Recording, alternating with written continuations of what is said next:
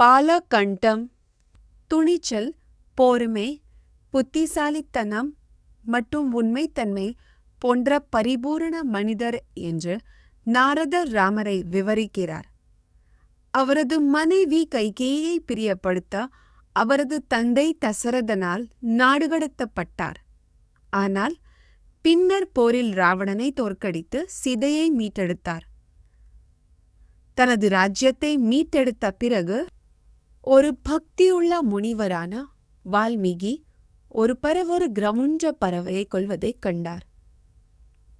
இரக்கத்தால் தூண்டப்பட்டு அந்த செயலை கண்டித்து ஒரு வசனத்தை ஸ்லோகம் இயற்றினார். பின்னர் பிரம்மா தோன்றி ஸ்லோகத்தை புகழ்ந்தார். மேலும் முழு ராமாயண காவியத்தையும் அந்த மீட்டரில் இயற்ற வால்மீகி. தியானத்தில் அமர்ந்திருந்த வால்மீகி ராமரின் கதையின் ஒரு பார்வையை தனது முன் வெளிப்படுத்தினார். பின்னர் அவர் ராமரின் வாழ்க்கையின் வர்வலாமணி, கருணை மற்றும் நல்ல செயல்கள், அதேபோல் ராவணனுக்கு போராட்டங்கள் மற்றும் இறுதியில் சீதை மீட்பு மற்றும் ராவணனின் தோல்வி ஆகியவை அடங்கும். வால்மீகி துரேச ஸ்லோகங்களை கொண்ட ராமாயணத்தை இயற்றி 6 கண்டங்களாக பிரித்தார். இசை மற்றும் கவிதைகளில் நன்கு தேர்ச்சி பெற்ற தனது மாணவர்களான குசா மற்றும் லாவாவுக்கு அவர் அதை கற்பித்தார். இசை மற்றும் கவிதைகளில் நன்கு தேர்ச்சி பெற்ற தனது மாணவர்களான குசா மற்றும் லாவாவுக்கு அவர்களை தனது மகன்களாக அங்கீகரித்து ராமாவதரியை தனது அரசவையில் கோசல ராஜ்யத்தின் தலைநகரான அயோத்தி நகர மனுவால் நிறுவப்பட்ட ஒரு செழிப்பான பெருநகரமாகும். இது ஒரு அழகான மற்றும் வளமான நகரம் மற்றும் வாழ்விய நகரத்தை தசாத மன்னர் மற்றும் மலர்கள் மற்றும் தோட்டங்கள், திறமையான கைவினைஞர்கள், பிராமணர்கள் மற்றும் போர் வீரர்களால் நிரம்பிய நகரத்தை தசரத மன்னர் ஆட்சி செய்கிறார். மன்னர் தசரதன் அயோத்தியாவை ஆட்சி செய்தார். நீதிமான்களும் மகிழ்ச்சியான குடிமக்களும் நிறைந்த நகரம். மக்கள் வேதங்களை நன்கறிந்தனர், தியாகங்களைச் செய்தனர், அடக்கமாக வாழ்ந்தனர். 4 சமூக வர்க்கங்களும் இணக்கமாக இருந்தன. பிராமணர்கள் வழிநடத்திச் சென்றனர். அரசர் தக்ராதாவுக்கு 8 ஞானமான ஆலோசகர்களும் ஏராளமான ஆலோசகர்களும் இருந்தனர். அவர்கள் ராஜ்யத்தை நியாயமாக நிர்வகிக்க அவருக்கு உதவினர். அவர்கள் கற்றறிந்தவர்கள். அவர்கள் ராஜ்யத்தை நியாயமாக நிர்வகிக்க அவருக்கு உதவின் அவர்களின் வழிகாட்டுதலின் கீழ் மன்னர் ஞானத்துடனும் அமைதியுடன் வாரிசு இல்லாத மன்னர் தசரதன் மகன்களை பெறுவதற்காக குதிரை தியாகம் செய்ய முடிவு செய்கிறார். அவர் தனது பிராமணர்கள் மற்றும் அமைச்சர்களுடன் கலந்தாலோசிக்கிறார். அவர்கள் விரிவெளிச்சு அவருக்கு அறிவுறுத்துகிறார்கள். சரையோ ஆற்றின் வடக்கு கரையில் நடைபெறவுள்ள தியாகத்திற்கு தயாராகுமாறு மன்னர் தனது அதிகாரிகளுக்கு உத்தரவிட்டார். அங்க மன்னர் ரோமபதர் கடுமையான வறட்சியை எதிர்கொண்டு பிராமணர்களிடம் ஒரு தீர்வை நாடும் ஒரு பண்டைய கதையை பற்றி ராஜாவின் தேரோட்டக்காரர் தசரத மன்னரிடம் கூறுகிறார். பிப்பண்டகரின் மகனான ரிஷ்யசிருங்கனை அழைத்து வந்து அவரது மகள் சாண்டாவை இளம் பிராமணரிடம் திருமணம் செய்து கொள்ளுமாறு அவர்களுக்கு அறிவுறுத்துகிறார்கள். அவர் ராஜாவுக்கு அயோத்தியில் அரசர் தனது மதகுருவிக்கும் அரசவை உறுப்பினர்களுக்கும் சக்தி வாய்ந்த பிராமண துறவியான ரிஷ்யசிருங்கனை தனது ஆசிரமத்திலிருந்து அழைத்துச் செல்ல விருந்தாளிகளை அனுப்புவதன் மூலம் நகரத்திற்கு அழைத்து வருமாறு அறிவுறுத்தினார். இந்த திட்டம் வெற்றி பெற்றது. மேலும் ரிஷ்யசிருங்கா நகரத்திற்கு அழைத்து வரப்பட்டார். அங்கு மன்னர் தக்ராதர் சுமந்திராவின் ஆலோசனையின் பேரில் ரிஷியசிருங்க முனிவரின் உதவியுடன் ஒரு மகனை பெற முயற்சிக்கிறார். மன்னர் ரோமதனை சந்திக்க பயணம் செய்கிறார். அங்கு அவர் ரிஷியசிருங்கனையும் அவரது மனைவி சாந்தாவையும் காண்கிறார். அவர்களுடன் நேரத்தை செலவிட்ட பிறகு தாகராதர் அவர்களை தனது நகரத்தில் தன்னுடன் மன்னர் தசரதன் தனது வம்சாவளியை நிலைநிறுத்த ஒரு மகனை விரும்பி குதிரை தியாகம் செய்ய முடிவு செய்கிறார். அவர் விழாவை நடத்த ஒரு பிராமணரான ரிஷியசிருங்க நியமித்து ஏற்பாடுகளை ஆணையிடுகிறார். வசிஷ்டர் உட்பட பிராமணர்கள் அவருக்கு வெற்றியை உறுதி செய்கிறார்கள். மேலும் மன்னர் தனது அமைச்சர்களின்படி சடங்குகளை செய்ய குதிரை தியாகத்தின் மூலம் சந்ததியை பெற வேண்டும் என்ற நோக்கத்துடன் சக்தி வாய்ந்த மன்னர் வசிஷ்டரை கலந்தாலோசித்தார். அவர் பலியை செய்ய ஒப்புக்கொண்டார். இந்த விழாவிற்கு தயாராகுமாறு ஆயிரக்கணக்கான மக்களை மன்னர் கட்டளையிட்டார். மேலும் வசிஷ்டர் பல்வேறு நாடுகளைச் சேர்ந்த பல்வேறு மன்னர்களை கலந்து கொள்ள அழைத்தார். எல்லாவற்றையும் வைத்துக்கொண்டு மன்னர் ரிஷியசிருங்கா மற்றும் பிராமணர்கள் தலைமையில் சரியு ஆற்றின் வடக்கு கரையில் மன்னர் தகராதாவின் சக்தி வாய்ந்த குதிரை தியாகம் செய்யப்பட்டது. இந்த விழா 3 நாட்கள் நீடித்தது. பல்வேறு சடங்குகள் மற்றும் தெய்வங்களுக்கு காணிக்கைகள் வழங்கப்பட்டன. மன்னர் தனது பூசாரிகளுக்கு நில மானியங்களை வழங்கினார். அவர்கள் அவரை திருப்திப்படுத்தி ஆசீர்வதித்தனர். அவரது தசரதா மன்னருக்கு ஒரு சடங்கின் மூலம் மகன்களை பெண்டு பிரமாண கடவுள்களை, ஆனால் கடவுள்களையும் மனிதர்களையும் ஒடுக்கும் அரக்கனான ராவணனை கொல்ல விஷ்ணு 4 மணிவை புகழ்ந்தும் ராவணனாக பிரித்து விஷ்ணு புப்புக்கொண்டு தன்னை 4 பகுதிகளாக பிரித்து மனிதர்களை தவிர மற்ற எல்லா உயிரினங்களிடமிருந்தும் நோய் எதிர்ப்பு சக்தியை பெற தவம் செய்த ராவணனை அழிக்க விஷ்ணு மனித வடிவத்தை எடுத்துக்கொள்கிறார். விஷ்ணு மன்னர் தசரதனை தனது தந்தையாக தேர்ந்தெடுத்து ராஜாவின் மனைவிகள் மூலம் அவர் கொடுத்த தெய்வீக பாயசத்தை பால் அடிப்படையிலான இனிப்பு கொடுத்த பிறகிறார். இந்த நிகழ்வு மன்னர் தசரதனின் மகனான பகவான் ராமரின் சொற்களில் உள்ள உரையின் சுருக்கம். இங்கே பிரம்மா தலைமையிலான கடவுள்கள் விஷ்ணுவுக்கு உதவ குரங்கு வடிவங்களுடன் சக்தி வாய்ந்த உயிரினங்களை உருவாக்கினர். இந்திரன், சூரியன், விரஹஸ்பதி மற்றும் பிற கடவுள்களின் மகன்கள் உட்பட இந்த உயிரினங்கள் நம்ப முடியாத வலிமை மற்றும் திறன்களுடன் பிறந்தன. அவர்கள் குரங்கு மந்தைகளின் தலைவர்கள். தசரத மன்னன் தனது குதிரை தியாகத்தை முடித்து தெய்வீக குணங்களுடன் பிறந்த தனது மகன்களான ராமர், பரதர், லட்சுமணன் மற்றும் சத்ருக்னா ஆகியோரை துவக்கி வைக்கிறான்.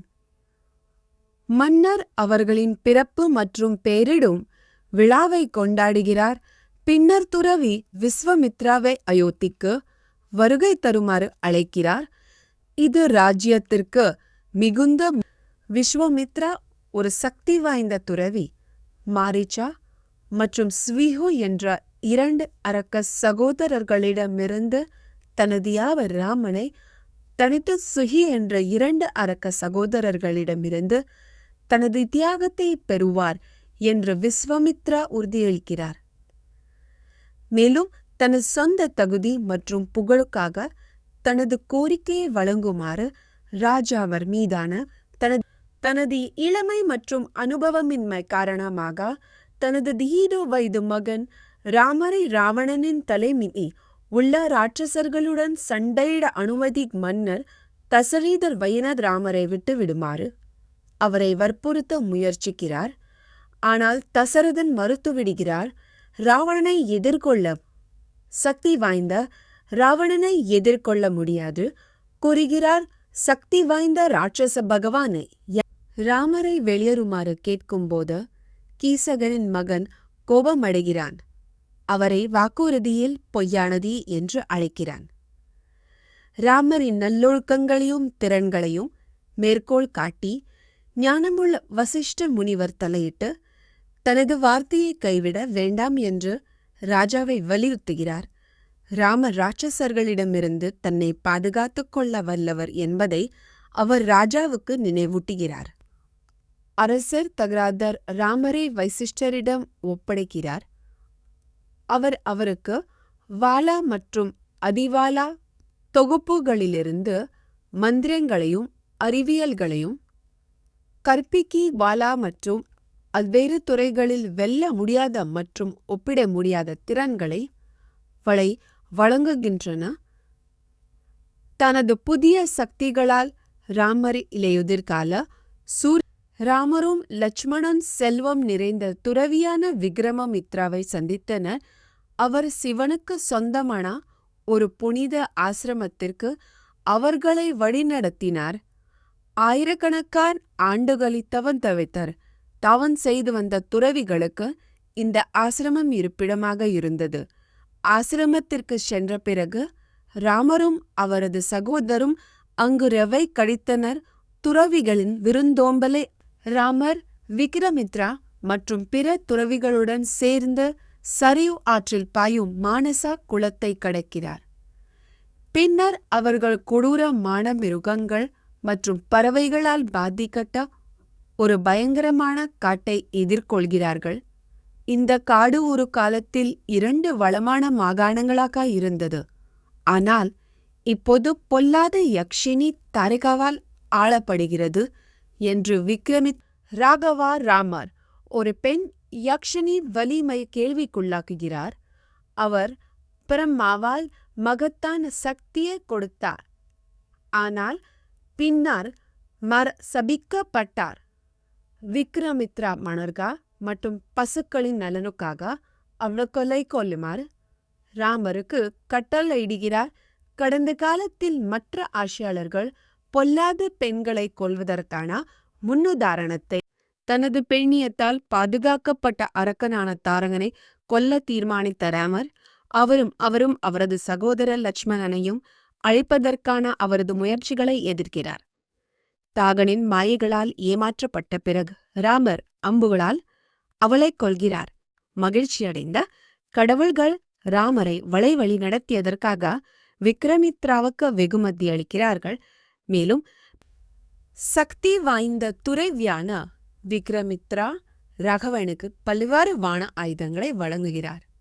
இதில் டிஸ்கஸ், சக்கரங்கள், மெசஸ் மற்றும் டாட்ஸ் ஆகியவை அடங்கும். இதனால் அவர் போரில் வெல்ல முடியாதவராக்க. இதில் டிஸ்கஸ் விக்ரமித்ரா பின்னர் மந்திரங்களை ஓதுகிறார். மேலும் ஆயுதங்கள் ராமர் முன் தோன்றுகின்றன. ஆயுதங்கள் தங்கள் தங்கள் தங்கள் டாலிசாரஸ் சொற்களில் ஒரு சுருக்கமான சுருக்கம் இங்கேஃப் ககுத்ஸ்தா. ராமர் விஸ்வாமித்ராவிடமிருந்து சக்தி வாய்ந்த ஆயுதங்களை பெற்று அவர்களின் மந்திரங்களை கற்றுக்கொள்கிறார். ஆயுதங்கள் மனித வடிவங்களுடன் வெளிப்படுகிறன. சொற்களில் உள்ள உரையின் சுருக்கம் இங்கேவ் அவர் பல நூற்றாண்டுகளாக வாழ்ந்த சித்தா கிரமத்தில் விஷ்ணுவின் துறவரம் பற்றி விக்ரமித்ரா ராமரிடம் கூறுகிறார். கடவுள்களால் அவர் ஒரு குள்ள வடிவத்தை ஏற்றுக்கொண்டு பூமியின் வாலியின் பகுதியை எடுத்துக் கொள்ளுமாறு கேட்டுக்கொள்ளப்பட்டார். இது அவர் வானங்களுக்கு உதவுவதற்காக செய்தார். விக்ரமித்ரா பின்னர் ராமரையும் லட்சுமணனையும் தனது ஆசிரமத்திற்கு அழைக்கிறார். ராமரும் லட்சுமணனும் 6 இரவுகள் துறவியான விக்ரமித்ராவை பேய்களிலிருந்து பாதுகாத்து வருகிற ராட்சசர்களான மாரிச்சாவும் ஸ்வாஹூவ் அவர்களை தாக்கும்போது ராமர் சக்தி வாய்ந்த மந்திர அம்புகளை பயன்படுத்தி அவர்களை தோற்கடித்து தியாகத்தை காப்பாற்றி விக்ரமித்ரா உள்ளிட்ட புனிதர்களிடமிருந்து புகழை பெறுகிறார். ராமரும் லட்சுமண விக்ரமித்ரா துறவியை சந்திக்கிறார்கள். அவர்களை மிதிலாவில் ஒரு தியாகத்தில் கலந்து கொள்ள அழைக்கிறார். அவர்கள் விக்ரமித்ரா மற்றும் பிற முனிவர்களுடன் புறப்படுகிறார்கள். அதைத் தொடர்ந்து பக்தர்கள் வழியில் ராமர் விக்ரமித்ரா அவர்களிடம் அவர்கள் பயணிக்கும் பகுதியைப் பற்றி கேட்கிறார். இதற்கிடையில் ஒரு ராஜாவின் மகள்கள் மன்னர் குகனபாவின் மகள்கள் வானத்தால் மோசமாக நடத்தப்படுகிறார்கள். ஆனால் அவர்களின் தந்தை அவரை மன்னிக்கிறார். பின்னர் மன்னர் தனது மகள்களை பிரம்மதத்தருக்கு திருமணம் செய்து வைக்க முடிவு செய்கிறார். அவர் ஒரு பக்தியுள்ள துறவி. அவரது பிரம்மிய சிக்கனங்களின் மூலம் ஒரு நீதியுள்ள மகனை வழங்கியுள்ளார். சக்தி வாய்ந்த துறவியான விக்ரமித்ரா ராமரிடம் தனது வம்சாவளியை பற்றி கூறுகிறார். அவர் குகாவிலிருந்து பிறந்து காத்தியிலிருந்து பித்து வந்தவர். அவர் ஒரு நதியாக மாறிய தனது சகோதரி கௌசிக்கியை குறிப்பிடுகிறார். மேலும் அவர் தனது தியாகத்தை முடிக்க சித்தாக்கிரமத்திற்கு ஏன் வந்தார் என்பதை விளக்குகிறார். சந்திரன் உதிப்பது மற்றும் பின்னணியில் செயல்படும் கங்கை நதி தோன்றியதை ராமரிடம் விவாமித்ரா கூறுகிறார். இமயமலையின் ராஜாவான ஹிமாவதிகா உலங்க கங்கை மற்றும் உமா கடவுள்கள் கங்கை தனது வேலையில் உதவுமாறு ஹிமாவதிடம் எனவே அவர் அதை அவருக்கு வழங்கினார். ராமர் மற்றும் லட்சுமணனிடம் மகாதேவரின் ஒமிரா மகாதேவரின் உயர் சக்தி திரவம் ஒரு மலையையும் நாணல்களின் காடுகளையும் கார்த்திகேயனையும் உருவாக்கியது. ஆனால் அவரது மனைவி தடை ஆண்டுகளுக்கு பிறகும் குழந்தை பெறவில்லை. கடவுள்கள் அவரை உமாவுடன் தபசு செய்யுமாறு கேட்டுக்கொண்டு இந்திரன் மற்றும் அக்னி தலைமையிலான தெய்வங்கள் மகன்கள் இல்லாத தங்கள் பிரச்சினைக்கு தீர்வு காண பிரம்மாவை அணுகினர். அக்னியின் சக்தியின் மூலம் கங்கை ஒரு மகனை பெற்றெடுப்பார் என்றும் கருதெய்வீக சக்தியுடன் பிறந்து குலோகங்கள் உமியில் உருவாகும் என்றும் அவர்களிடம் கூறப்பட்டது. ஸ்கந்தன் என்றும் அழைக்கப்படும் கார்த்திகேயன் என்ற குழந்தை அயோத்தியின் மன்னரான சாகரா சிக்கன நடவடிக்கைகளை மேற்கொண்டார். மேலும் அவருக்கு பிரிகு முனிவரால் ஒரு வரம் வழங்கப்பட்டது. அவருக்கு புகழப்பெற்ற சந்தியும் புகழும் கிடைக்கும் ஒரு மனைவி தனது வம்சாவளியை நிலைநிறுத்த ஒரு மகனை பெற்றெடுத்தார். மற்றவர் ஆசவ மகன்களை பெற்றெடுத்தார். ராமர் தனது மூதாதையர் சாகரின் தியாகத்தை பற்றி விக்வாமித்ர முனிவரிடம் கேட்கிறார். சாகரின் 60,000 மகன்கள் மற்றும் பெருங்கடல்கள் உட்பட முழு பூமியையும் அகழ்வாராய்ச்சி செய்ததாகவும் திருடப்பட்ட தியாக குதிரையை கண்டுபிடித்ததாகவும் கடவுள்கள் அசுரர்கள் மற்றும் பிற உயிரினங்களை தொந்தரவு செய்ததாகவும் விக்வாமித்ராமரிடம் கபிலர் வடிவில் வாசுதேவர் பூமியை தக்க வைத்துக் கொள்கிறார் என்று கிராண்ட்சைர் வான தெய்வங்களுக்கு தெரிவிக்கிறார். சாகரின் மகன்கள் திருடப்பட்ட குதிரையை கண்டுபிடிக்க பூமியை அகழ்வாராய்ச்சி செய்கிறார்கள். ஆனால் அதற்கு பதிலாக பூமியை பிடித்திருக்கும் 4 வலிமையான யானைகளை எதிர்கொள்கிறார்கள். அவர்கள் இறுதியில் வாசுதேவனையும் அவரது குதிரையையும் கண்டுபிடித்து ராஜா சாகரா தனது பேரன் அன்குமத்தை தனது மாமாக்கள் மற்றும் பலியிடப்பட்ட குதிரை காணாமல் போனது குறித்து விசாரிக்க அனுப்புகிறார். அன்குமத் வழியில் பல்வேறு உட்படங்களை எதிர்கொள்கிறார். அதில் ஒரு யானை உட்பட தனது மாமாக்கள் கபீலாவால் பெரிய நன்மைக்காக நுகரப்பட்டதாக அவருக்கு தெரிவிக்கிறது. அன்குமத் ஒரு பறை பிரபுவாகிய சுபர்ணாவின் வழிகாட்டு திலீபா மன்னரின் மகனான பாகீரதன் கங்கை நதியை சொர்க்கத்திலிருந்து கீழே இறக்க கடுமையான தவம் செய்தார். பிரம்மா அவரது விருப்பத்தை நிறைவேற்ற ஒப்புக்கொண்டார். மேலும் சிவனுக்கு கங்கையை தனது தலையில் வைத்துக் கொள்ளுமாறு அறிவுறுத்தினார். பல ஆண்டுகளுக்கு பிறகு சிவன் கங்கையை விடுவித்து பூமியில் பாய்ந்து சாகரின் அருகாரி மகளின் சாம்பலை கழுவி அவர்களை சொர்க்கத்திற்காக மன்னர் பகீரதன் கங்கையின் தண்ணீருடன் கடலுக்கு வந்து தனது மூதாதையர்களின் மகன்களின் சாம்பலை கழுவியவுடன் பிரம்மா அவர்கள் சொர்க்கத்திற்கு படப்படைக்கப்படுவதாக அவருக்கு தெரிவிக்கிறார். பகீரதன் காணிக்கைகளை செலுத்தி தன்னைத்தானே தூய்மைப்படுத்திக் கொள்கிறார். பின்னர் செழிப்பாக ஆட்சி செய்து தனது ராஜ்யத்திற்கு அமைதியை கொண்டு வருவதற்காக வீடு திரும்புகிறார். கங்கை கடலுக்குள் இறங்கியதை பற்றிய விக்ரமமித்ராவின் கதையை கேட்டு ராமரும் லட்சுமணனும் வியப்படைகிறார்கள். மறுநாள் காலையில் அவர்கள் விக்ரமமித்ராவுடன் ஆற்றை கடந்து விகலா நகருக்குள் நுழைகிறார்கள். ராமர் அதன் அரச வம்சாவளியை பற்றி கேட்கிறார். மேலும் கடவுள்கள் கடலை உரசியாவையும் வருணி தேவி மற்றும் அம்ப்ரோ தனது மகன்களின் மரணத்தைக் கண்டு துக்கமடைந்த திதி சாக்ராவை கொல்லக்கூடிய ஒரு மகனை கேட்டான். காசப்பா சம்மதித்து தனது கருப்பையை கருவற செய்ய திதியின் உடலை தனது உள்ளங்கையால் தேய்த்தார். அவள் சிக்கனங்களை பயிற்சி செய்யும்போது சாக்ரா அவளுக்கு சேவை செய்தார். அவளுடைய நபரை தேய்த்து சோர்வை அகற்றினார். 1000 ஆண்டு காலம் முடிவடைவது கருவை 7 பகுதிகளாக பிரித்தெடுத்த தனது தவறால் வேதனை அடைந்த திதி அவர்களை மருதர்களின் பாதுகாவலர்களாக ஆக்குமாறு இந்திரனிடம் கெஞ்சுகிறாள். இந்திரன் ஒப்புக்கொள்கிறான்.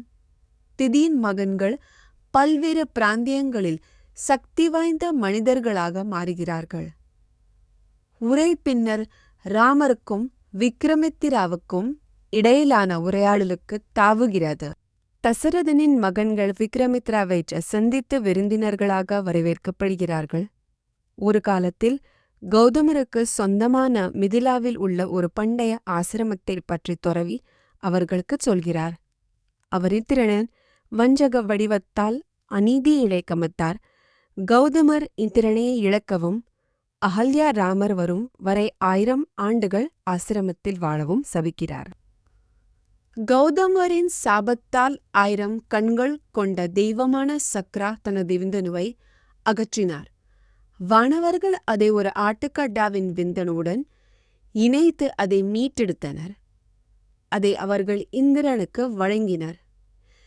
இதற்கிடையில் தனது பாவத்திலிருந்து தூய்மைப்படுத்தப்பட்ட அகல்யா கௌதமருடன் மீண்டும் இணைந்தார் மற்றும் வானங்களால் கனம். ராமரும் லட்சுமணனும் ஜனகனின் தியாகத்திற்காக தியாக மைதானத்திற்கு வருகிறார்கள்.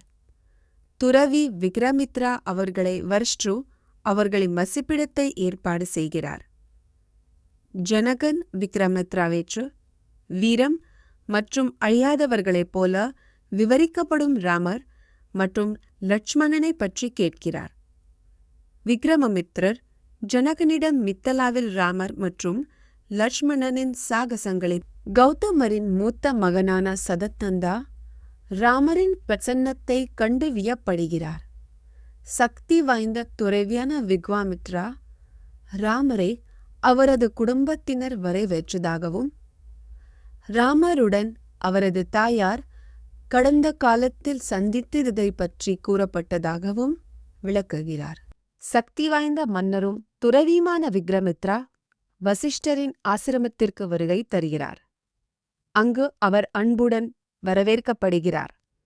உணவு மற்றும் விருந்தோம்பல் மூலம் மகிழப்படுகிறார். இருவரும் உரையாடலில் ஈடுபடுகிறார்கள். ஒருவருக்கொருவர் நல்வாழ்விற்கொழித்து கேள்விகளை பரிமாறிக்கொள்கிறார்கள். விக்ரமித்ரா வசிஷ்டரின் விருந்தோம்பலை ஏற்றுக்கொள்கிறார். மேலும் துறவியின் தியாக பசுவரசு விருந்தினருக்கும் வசிஷ்டரின் வேலைக்காரன் சாவலாவிடம் 1,00,000 கைன்களுக்கு பணம் செலுத்துமாறு விக்ரமித்ரா கேட்டுக்கொள்கிறார். வசிஷ்டர் தனது நல்வாழ்வு மற்றும் அன்றாட சடங்குகளுக்கு சவாலா இன்றியமையாதவர் என்றும் பிரிந்து செல்ல முடியாது என்றும் கூறி மறுக்கிறார். அதற்கு ஈடாக விக்ரமித்ரா பல்வேறு பரிசுகளை வழங்குகிறார். ஆனால் வசிஷ்டர் தனது மறுப்பில் ஒரு சக்தி வாய்ந்த மன்னரான விக்ரமித்ரா துறவி வசிஷ்டரின் அர்ப்பணிப்புள்ள ஊழியரான சவலை அழைத்துச் சென்று கொண்டிருந்தார். இருப்பினும் வசிஷ்டர் தன்னை கைவிட்டு விட்டதாக சவாலா சந்தேகித்து அவரிடம் திரும்பிச் சென்றார். விக்ரேந்திரனின் வலிமைக்கு எதிராக தன்னை பாதுகாக்க முடியாது என வசிஷ்டர் விளக்கினார். ஆனால் பிராமணர் வசிஷ்டரின் சக்திகளால் விக்ரமித்ராவின் இராணுவம் அழிக்கப்பட்டது. விக்ரமித்ரர் பின்னர் வில்வித்தை திறன்களை பெற விரசத் வாஜர் என்ற கடவுளின் கழும் தவம் செய்தார். புதிதாக கண்டுபிடிக்கப்பட்ட திறன்களுடன் விக்ரமித்ரர் வசிஷ்டரின் ஆசீர்வாதத்தை கொடிய ஆயுதங்களால் தாக்கினார். ஆனால் வசிஷ்டர் கோபமடைந்தார். சக்தி வாய்ந்த சத்திரியனான விக்ரமித்ரா பல்வேறு தெய்வீக ஆயுதங்களால் வசிஷ்டரை தாக்குகிறார். ஆனால் அவரது பிரம்மா கம்பியால் முறியடிக்கப்படுகிறார். கோபமடைந்த விக்ரமித்ரா ஒரு சக்தி வாய்ந்த பிரம்மா ஆயுதத்தை வெளியிடுகிறார்.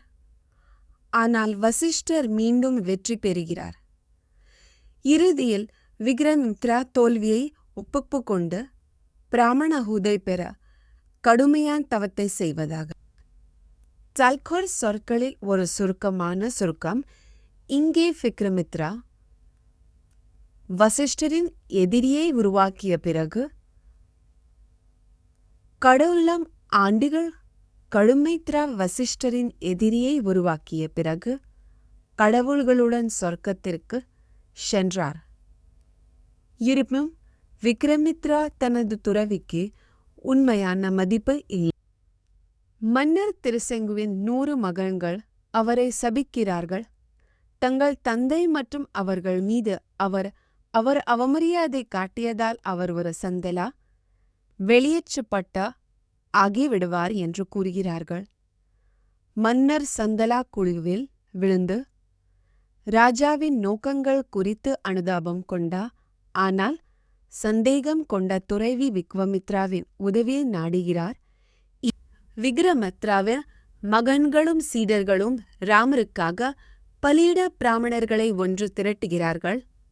ஆனால் ராமரின் சந்தலா அந்தஸ்தின் காரணமாக வசிஷ்டரின் மகள் மறுக்கிறார்கள். கோபமடைந்த விக்ரமித்ரர் சாழ்த்தல் உயிர்களை அனுபவித்து வெளியேற்றப்பட்டவர்களாக பிறக்க வேண்டும் என்று சபிக்கிறார்.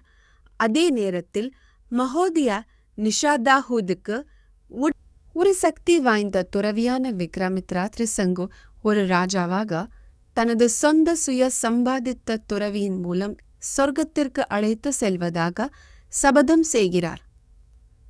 கடவுள்களின் பல முயற்சிகள் மற்றும் சாபங்களுக்கு பிறகு விக்ரமித்ராவின் சபதம் தெய்வங்களால் மதிக்கப்படுகிறது. இதனால் திரிசங்கு சொர்க்கத்தில் அழியாதவராக வாழ அனுமதிக்கிறது.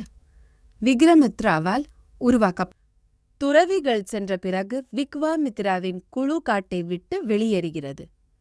மன்னர் அம்பரீஷா இந்திரனால் திருடப்பட்ட ஒரு தியாக மிருகத்தை தேடுகிறார். மேலும் தனது மகன்களில் ஒருவரை மாற்றாக விற்றுவதற்காக ரிச்சிகாவுக்கு ஏராளமான வெகுமதிகளை வழங்குகிறார்.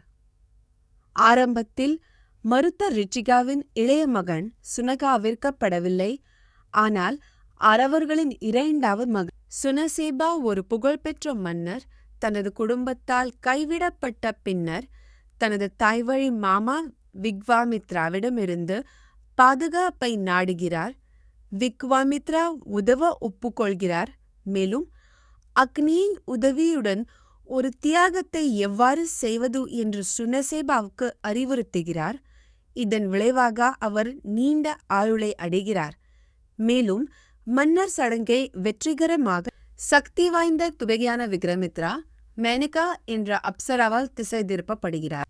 இந்திரன் ரம்பாவை துறவி விக்ரமித்ராவை கவர்ந்திழுக்க, ஆனால் அவர் கோபமடைந்து ஹரஜாக் ஆண்டுகள் ஒரு கல்லாக இருக்க வேண்டும் என்று சபிக்கும்போது அவளுடைய முயற்சி பின்வாங்குகிறது. வருத்தத்தால் நிரம்பிய விக்ரமித்ரா சுய மறுப்பு வாழ்க்கை வாழ சபதம் செய்கிறார். தனது சுவாசத்தை நிறுத்தி சிக்கனங்களின் மூலம் பிராமணஹூத சக்தி வாய்ந்த துறவியான விக்ரமித்ரா இதை ஆண்டுகள் அமைதியாகவும் கிழக்கு திசையில் தவம் செய்கிறார். கடவுள்கள் அவை சமாதானப்படுத்த முயற்சிக்கிறார்கள்.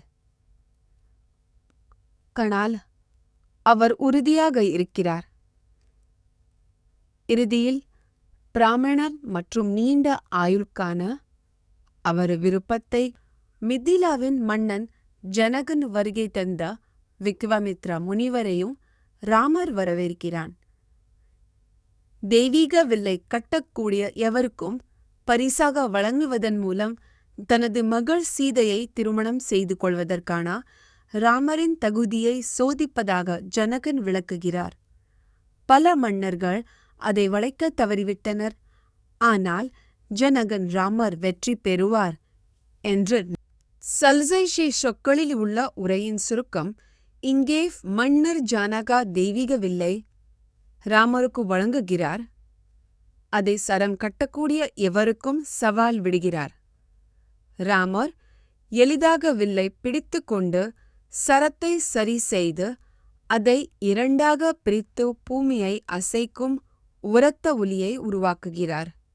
ஜானகா ஈர்க்கப்பட்டு வாக்குறுதி அளித்தபடி தனது மிதிலாவிலிருந்து தூதர்கள் அயோத்திக்கு வந்து தனது மகளான சீதையை ராமருக்கு வழங்க வேண்டும் என்ற ஜனகாவின் விருப்பத்தை பற்றி தசரத மன்னருக்கு தெரிவிக்கிறார்கள். ஜனகனுடன் கூட்டணி அமைப்பதற்கான வாய்ப்பைக் கண்டு மன்னர் மகிழ்ச்சி அடைகிறார். அடுத்த நாள் மிதிலாவுக்கு ஒரு தூதுக்குழுவை அனுப்ப முடிவு செய்கிறார். மன்னர் தக்ராதர் விதேகாவுக்கு வருகிறார். அங்கு மன்னர் ஜனக அவரை மரியாதையுடன் வரவேற்கிறார். அடுத்த நாள் மனிதர்களுடன் தனது மகளுக்களுடன் ஒரு தியாகம் மற்றும் திருமணங்களை செய்ய ஜனகன் தக்ராதனை அழைக்கிறார். தக்ராதர் ஒப்புக்கொள்கிறார். இரு மன்னர்களும் மகிழ்ச்சியுடன் இரவை கழிக்கிறார்கள். ஜனகன் சங்கசியாவில் உள்ள தனது சகோதரர் குசத்வாஜாவுக்கு ஒரு செய்தியை அனுப்பி அவரை ஒரு தியாகத்திற்காக வருமாறு கேட்டுக்கொள்கிறான். குஷத்வாஜர் வந்து அயோத்தியின் மன்னர் இஷ்வாக்குவை விழாவிற்கு அழைத்து வருமாறு ஜனகனிடம் கேட்டுக்கொள்கிறான். வசிஷ்டா இஷ்வாக்குவின் வம்சாவளியை மீண்டும் மனு மற்றும் பிரம்மாவுடன் தொடர்பு படுத்துகிறார். தசரதனின் மகன் ஜானகா தனது அரச வம்சாவளியை வசிஷ்டரிடம் விளக்குகிறார். நிமியிலிருந்து தனக்கு எகிர்ன தலைமுறை மன்னர்களை கண்டுபிடித்தார். பின்னர் அவர் தனது 2 மகள்களான சீதா மற்றும் ஊர்மிளா ஆகியோரை ராமருக்கும் லட்சுமணனுக்கும் மனைவிகளாக வழங்குகிறார். 3வது நாளில் அவர்களின் திருமண விழாவை நடத்துவதாக உறுதியளித்தார். ராமரின் சகோதரர்களான பரதன் மற்றும் சத்ருகனை தனது மகள்கள் திருமணம் செய்து கொள்ளுமாறு விக்ரமித்ரனும் வசிஷ்டரும் ஜனகனிடம் கேட்கிறார்கள். அத்தகைய சக்தி வாய்ந்த முனிவர்கள் தனது குடும்பத்துடன் ஒரு கூட்டணியை விரும்பியதுடன் வசிஷ்டரும் ஜனகனிடம் கேட்கிறார்கள். திருமணம் திட்டமிடப்பட்ட மன்னர்கள் சடங்குகளை செய்து தங்கள் மகன்களுக்கு நல்ல அதிர்ஷ்டத்தை உறுதி செய்வதற்காக ராமர் உட்பட தசரதனின் மகன்கள் ஜனக மன்னரின் மகள்களுடன் ஒரு திருமண விழாவிற்காக மிதிலாவுக்கு வருகிறார்கள். வசிஷ்டர் திருமணம் செய்து ராஜாவின் அனுமதியை பெற்ற பிறகு சீதையை ராமரிடம் கடமையில் தனது கூட்டாளியாக மடுஷரகர் மற்ற சகோதரர்களும் ஜனகரிடமே இருப்பார்கள்.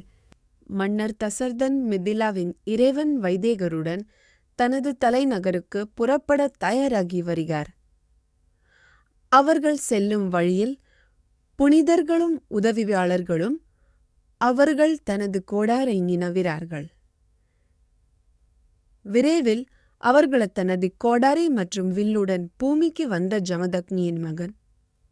விரைவில் அவர்கள் தனது கோடாரி மற்றும் வில்லுடன் பூமிக்கு வந்த ஜமதக்னியின் சக்தி வாய்ந்த மகன் பரசுராமர் ராமருக்கு சவால் விடவும் அவரது வலிமையை சோதிக்கவும் தசரத மன்னரின் அரசவைக்கு வருகிறார். அவர் அமருக்கு மகத்தான சக்தியின் வில்லை வழங்குகிஷவைக்கு சொந்தமானது மற்றும் ஒரு போட்டியில் ருத்ரானை தோற்கடித்தது. ராமர் இந்த வில்லை நீட்ட முடிந்தால் பார்க்கவரின் அவமதிப்புகளால் கோபமடைந்த ராமர் பிருகுவின் வில்லை எடுத்து விரோதமான நகரங்களை வெல்லும் திறன் கொண்ட ஒரு அம்பை வீசுகிறார். வானங்களும் புனிதரபலா பத்தேன் நேரத்தில் பார்கவா தனது ஆற்றில் அகற்றப்பட்டதால் ஒன்றுமில்லாமல் இருக்கிறார். அவர் தோல்வியை ஒப்புக்கொண்டு மகேந்திர மலையை நோக்கி புறப்படுகிறார். ராமர் புறப்பட்ட பிறகு மன்னர் தக்ராதர் தனது படையுடன் அயோத்திக்கு திரும்பி குடிமக்களால் வரவேற்கப்படுகிறார். ராமர் வெளியேறிந்தபோது ஆட்சியாளராக நியமிக்கப்பட்ட தனது மகன் பரதனுடன் மீண்டும் இணைந்ததில் அவர் மகிழ்ச்சி அடைகிறார். ராமர் தனது தந்தையும் மக்களையும் தனது புத்திசாலித்தனமான மற்றும் இரக்கமுள்ள தலை மீண்டும் தொடர்ஜாவாக தனது கடமைகளை மீண்டும் தொடங்குகிறார். தனது மகன் ராமரின் தனித்துவமான குணங்களை பற்றி பெருமிதம் கொள்ளும் மன்னர் தக்ராதர் அவரை வெளிப்படையான வாரிசாக நிலைநிறுத்த விரும்புகிறார். அவர் பிரபுக்களையும் பிரதமர்களையும் ஒன்றிணைத்து ராமருக்கு அவரை வெளிப்படையான வாரிசாக நிலைநிறுத்த வெளிப்பை கொண்டு வரும் என்று நம்புகிறார். ராஜா ராமரின் நல்லொழுக்கங்களை புகழ்ந்து அவர் ஹேய் தழுவி சொற்களில் உள்ள உரையின் சுருக்கம் இங்கே மன்னர் தசரதன் ஓய்வு பெற விரும்புவதாக அறிவித்து ராமரை வெளிப்படையான வாரிசாக நிறுவுகிறார். இளவரசர்களும் அரசவை உறுப்பினர்களும் ராமரின் நல்லொழுக்கங்களை அவரது பலம் ஞானம் மற்றும் தெய்வங்கள் மன்னர் தசரதன் தனது மகன் ராமரை வாரிசாக நிறுவியதை காண வந்த பிராமணர்களின் குழுவை வரவேற்கிறார். நூறாயிரக்கணக்கான பிராமணர்களுக்கு உணவளித்தல் மற்றும் பல்வேறு பரிசுகள் மற்றும் அலங்காரங்களை தயாரிப்பது உள்ளிட்ட விழா. நூறாயிரக்கணக்கான பிராமணர்களுக்கு உணவளித்தல். பின்னர் ராமர் தனது தந்தையின் முன் கொண்டு வரப்படுகிறார். பின்னர் ராமர் தன் வரவேற்றார். தழுவுசைத்து சொற்களின் சுருக்கமான சுருக்கம் இங்கே வரவிருக்கும் மரணம் மற்றும் ஆபத்தான காரணமாக ராமரை வாரிசாக நிறுவ மன்னர் தக்ராதர் முடிவு செய்கிறார். அன்று இரவு சீதையுடன் நோன்பு நோகவும் புஷ்ய இணைப்பின் போது மறுநாள் நிறுவப்படவும் ராமரை தாயார் கௌகல்யா செய்தியர். தசரத மன்னன் வசிஷ்டரை வரவழைத்து ராமரை வாரிசாக நியமிக்க ஆயத்தப்படுத்துங்கள். வசிஷ்டர் ராமரின் இல்லத்தை தயார் செய்து சீதாவுடன் விரதம் இருக்க செய்கிறார். இதற்கிடையில் அயோத்தி ராமரின் ஸ்தாபனத்தில் தயாராகி வருகிறது. தெருக்கள் அலங்கரிக்கப்பட்டுள்ளன. மேலும் கூட்டம் ஆவலுடன் காத்திருக்கிறது. வசிஷ்டரை சந்தித்த பிறகு மன்னர் தனது அரண்மனைக்கு திரும்பி ராமரும் அவரது மனைவி சீதையும் நாராயணனுக்கு நெருப்பு மற்றும் தியானம் உட்பட மாலை சகுகளை செய்கிறார்கள். ராமர் வாரிசாக நிறுவப்பட்டதற்காக அலங்கரிக்கப்பட்ட நகரத்துடன் குடிமக்கள் சீதாவுடன் அவரது நோன்பில் மகிழ்ச்சியடைகிறார்கள் மற்றும் விழாவிற்காக காத்திருக்கிறார்கள். இந்த நிகழ்வை காண ஆர்வமாக உள்ள பல்வேறு பகுதிகளைச் சேர்ந்த மக்களால் ஒரு வேலைக்காரியான மந்தாரா ராமரின் தாயாக தனது நல்ல அதிர்ஷ்டத்தை பற்றி கைகேயியிடம் கூறுகிறார். அவர் மன்னர் தசரதன் வழிசாக நிறுவப்பட உள்ளார்.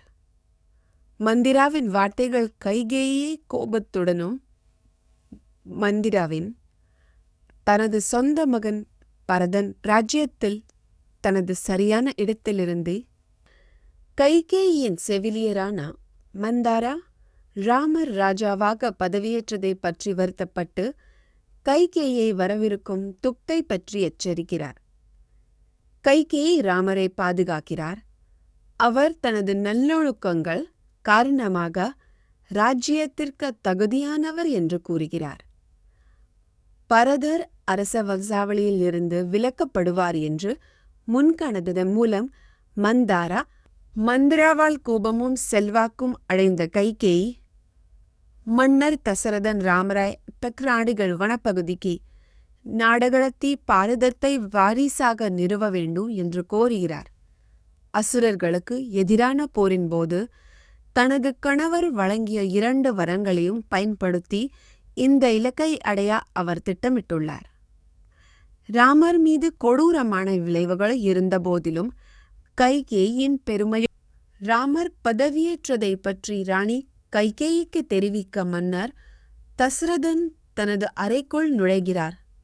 ஆனால் அவள் கோபத்தில் தரை கனசிலுக்கு இல்லை. அவர் மெதுவாக மீது கையை வைத்து என்ன தவறி என்று கேட்கிறார். ஆனால் அவள் தனக்கு ஒரு வரத்தை பெறுவதற்கான சுயநல நோக்கத்தை வெளிப்படுத்துகிறாள். இது இறுதியில் ராமரை நாடுகடத்த கைகேயி மன்னர் தசரதனை அவர் முன்பு அவளுக்கு வாக்குறுதி அளித்த 2 வரங்களை வழங்கும்படி கையாளுகிறார். அவள் தனது மகன் பரதனை வாரிசாக நிறுவவும் அவரது மூத்த மகனான ராமரை 14 ஆண்டுகளுக்கு காட்டிற்கு நாடுகடத்தவும் கேட்கிறாள். மன்னர் அவரது செல்வாக்கின் கீழ் இந்த வரங்களை வழங்க ஒப்புக்கொள்கிறார். தனது அன்பான மகனான ராமரை காட்டிற்கு வெளியேற்றிவிட வேண்டும் என்ற கைகேயின் கோரிக்கையால் மன்னர் தசரதன் பேரழிவிற்குள்ளானார். அவர் அவளுடைய நோக்கங்களை கேள்வி எழுப்பி அத்தகைய செயல் அவர்களின் குடும்பத்திற்கு அவமானத்தையும் அழிவையும் ஏற்படுத்தும் என்று எச்சரிக்கிறார். ஆனால் அவள் பிடிவாதமாக இருக்கிறாள். துக்கத்தில் மூழ்கிய மன்னர் ராமரை வெளியேற்றியதில் மன உளைச்சலுக்கு ஆளான மன்னர் தசரதன் கைகேயி தனது கோரிக்கையை தொடர வேண்டாம் என்று கெஞ்சுகிறார். அவர் சொர்க்கவாசிகளால் வெட்கப்படுவார் என்றும் தனது மகனை இழக்க நேரிடும் என்றும் அஞ்சுகிறார். அவரது வேண்டுகோள் இருந்த போதிலும் கைகேயி உறுதியுடன் இருக்கிறார். இரவு இறங்கும்போது மன்னர் துக்கத்தில் மயங்கி விடுகிறார். ராமரை வெளியேற்ற மன்னர் தசரதன் மறுத்ததால் விரக்தியடைந்த கைகேயி தனது வாக்குறுதியை நிறைவேற்றி ராமருக்கு பதிலாக பரதனை ராஜாவாக நிறுவுமாறு அவரை வலியுறுத்துகிறார். மன்னர் துக்கம் மற்றும் குற்ற உணர்ச்சியால் கைகேயியின் கையையும் அவரது மகன் பரதத்தையும் துறக்கிறார். இதற்கிடையில் தலைமை பூசாரி வசிஷ்டர், பிராமணர் ஆலோசகர்கள், தளபதிகள், வணிகர்கள் மற்றும் அரச பூசாரி ஆகியோர் ராமர் பதவியேற்பதற்காக அரண்மனை வாயிலில் காத்திருந்தனர். தேரோடி சுமந்திரா வந்து ராமரை சபைக்கு அழைத்து வருவேன். எதிர்க்கடியில் தூங்கிக் கொண்டிருந்த மன்னர் தசரதனை எழுப்ப சுமந்திரா அரண்மனைக்குள் நுழைந்தார். தனது தந்தையும் கைகேயும் ராமரை பார்க்க காத்திருக்கிறார்கள் என்று அவருக்கு தெரிவிக்க சுமந்திரா ராமரின் குடியிருப்புக்கு வருகிறார். ராமர் சீதையுடன் கூட்டத் தெரிவிக்க சுமந்திரி ராமரின் குடியிருப்புறப்பாட்டை காண கூட்டம் கூடுகிறது. மலர்களை பொழிந்து அவரது புகழை பாடுகிறது. வழியில் உள்ள மக்கள் தங்கள் மகிழ்ச்சியை வெளிப்படுத்துகிறார்கள். ராமரின் ஏறுதல் ராஜ்யத்திற்கு ராமர் மகிழ்ச்சியுடன் நண்பர்களுடன் அலங்கரிக்கப்பட்ட ரதத்தில் நகருக்குள் நுழைகிறார். சாலை நறுமணங்கள், மலர்கள் மற்றும் உணவுகளால் நிரம்பியுள்ளது. மேலும் அனைத்து செடிகளையும் சேர்ந்த மக்கள் ராமமகள் ஆசீர்வாதங்கள மலர் ராஜாவாக நிறுவப்படுகிறார். அவர் தனது தந்தையின் அரண்மனைக்கு செல்கிறார். அங்கு அவரை அவரவாளர்கள் வரவேற்கிறார்கள். அவர் திரும்ப ராமர் நோய்வாய்ப்பட்டு துக்கத்தில் இருக்கும் தனது தந்தையான தசரத மன்னரை சந்திக்கிறார். அவள் 2 வரங்களை கேட்டதாக கைகேயி வெளிப்படுத்துகிறார். ராமர் அததலிகர் நாடுகடத்தப்பட்டதும் பாரதனை ராஜாவாக பதவியில் அமர்த்தியதும் கைகேயின் கோபத்திற்கு பயந்து மன்னர் இந்த வரங்களை வழங்குவதாக உறுதியளிக்கிறார். அதை அவர் திரும்பப் பெற முடியாது. ராமர் எதிரிகளை அழிக்கும் ராமர் அவரது மாற்றாந்தாய் கைகேயியால் காட்டிற்கு வெளியேற்றப்படுகிறார். அவர் மன்னர் தசரதனை நாடுகடத்த உத்தரவிட்டார். அவர் துக்கம் இருந்த போதிலும் ராமர் தனது வாக்குறுதியை நிறைவேற்றுவதில் உறுதியாக இருக்கிறார்.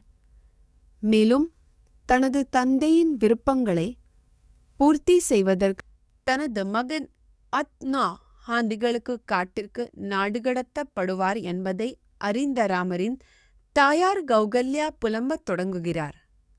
ராமர் இல்லாமல் தம் வாழ்க்கை வெறுமையாகிவிட்டது என்று உணர்ந்து அவர் வெளியேறும் போது என்ன நடக்கும் என்று அஞ்சி தனது துயரத்தை வெளிப்படுத்துகிறார். ராமரை செல்ல வேண்டாம் என்று வற்புறுத்த முயற்சிக்கிறார்.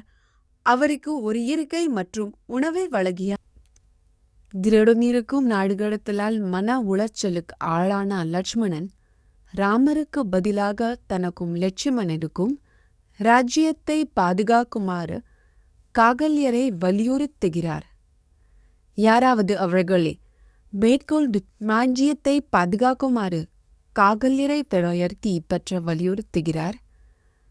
தங்கள் தந்தைகளின் கட்டளைகளுக்கு கீழ்ப்படிந்த மாபெரும் வேரலின் உதரமலிர் விதியால் உந்தப்பட்ட கைகேயின் உறுதியை மேற்கோள் காட்டி லட்சுமணனை ராஜாவாக பதவியேற்பதற்கான தயாரிப்புகளை நிறுத்துமாறு ராமர் வற்புறுத்துகிறார். அதற்கு பதிலாக நடத்தப்படுவதற்கு அவரை தயார்படுத்துகிறார். விதி மனித கட்டுப்பாட்டிற்கு அப்பாற்பட்டு என்றும் அதற்கு கீழ்ப்படிய முடியாது என்றும் ராமர் வலியுறுத்துகிறார். இதனால் அவர் ராஜ்யத்தை விட்டு வெளியேறி நாடுகடத்தப்படுவதற்கான ராமரின் முடிவை ஏற்க லட்சுமணன் தயங்குகிறார். ராமரின் நல்லொழுக்கம் அவரது தந்தையின் செல்வாக்கால் குறிக்காக கைகேயின் செல்வாக்கால் தவறாக வழிநடத்தப்பட்டுள்ளது என்று அவர் வாதிடுகிறார். லட்சுமணன் ராஜ்யத்தை பாதுகாப்பதாகவும் தேவைப்பட்டால் விதியை முறியடிப்பதாகவும் சபதம் செய்கிறார். ஆனால் இறுதியில் ராமரின் தாயார் கௌசல்யா அவரை நாடுகடத்தப்படுவது தடுக்க முயற்சிக்கிறார். ஆனால் அவர் தனது தெளிகளை திரேஷ்ட வேண்டும் என்று வலியுறுத்துகிறார். பிரிந்து செல்வது பற்றிய எண்ணத்தால் அவர் ஒழுகி ராமர் அழிக்கன் ஒழித்தில்லார்கள் வடித்தியல் பிரி செய்வதை அவளை கெடுக்கும் போது தனது சகோதரர் அவரது அவளை தொழுதி நிகழிக்கும். அவர் வெளியேறிக்கும் போது ராமரின் தாயார் காட்டில் நுழைவதற்கு முன்பு தனது மகனை பாதுகாக்க புனிதமான சடங்குகளை செய்கிறார். வேதங்கள் மற்றும் பிராமணர்கள் உட்பல்வேறு தெய்வங்களை தீங்கிலிருந்து காக்க அவர் அழைக்கிறார். கண்களில் கண்ணீருடன் ராமரை பார்த்து அவரது நல்வாழ்வை கடவுளுக்கும் அவரது சொந்த நல்லொழுக்கத்திற்கும் ஒப்படைக்கிறார்.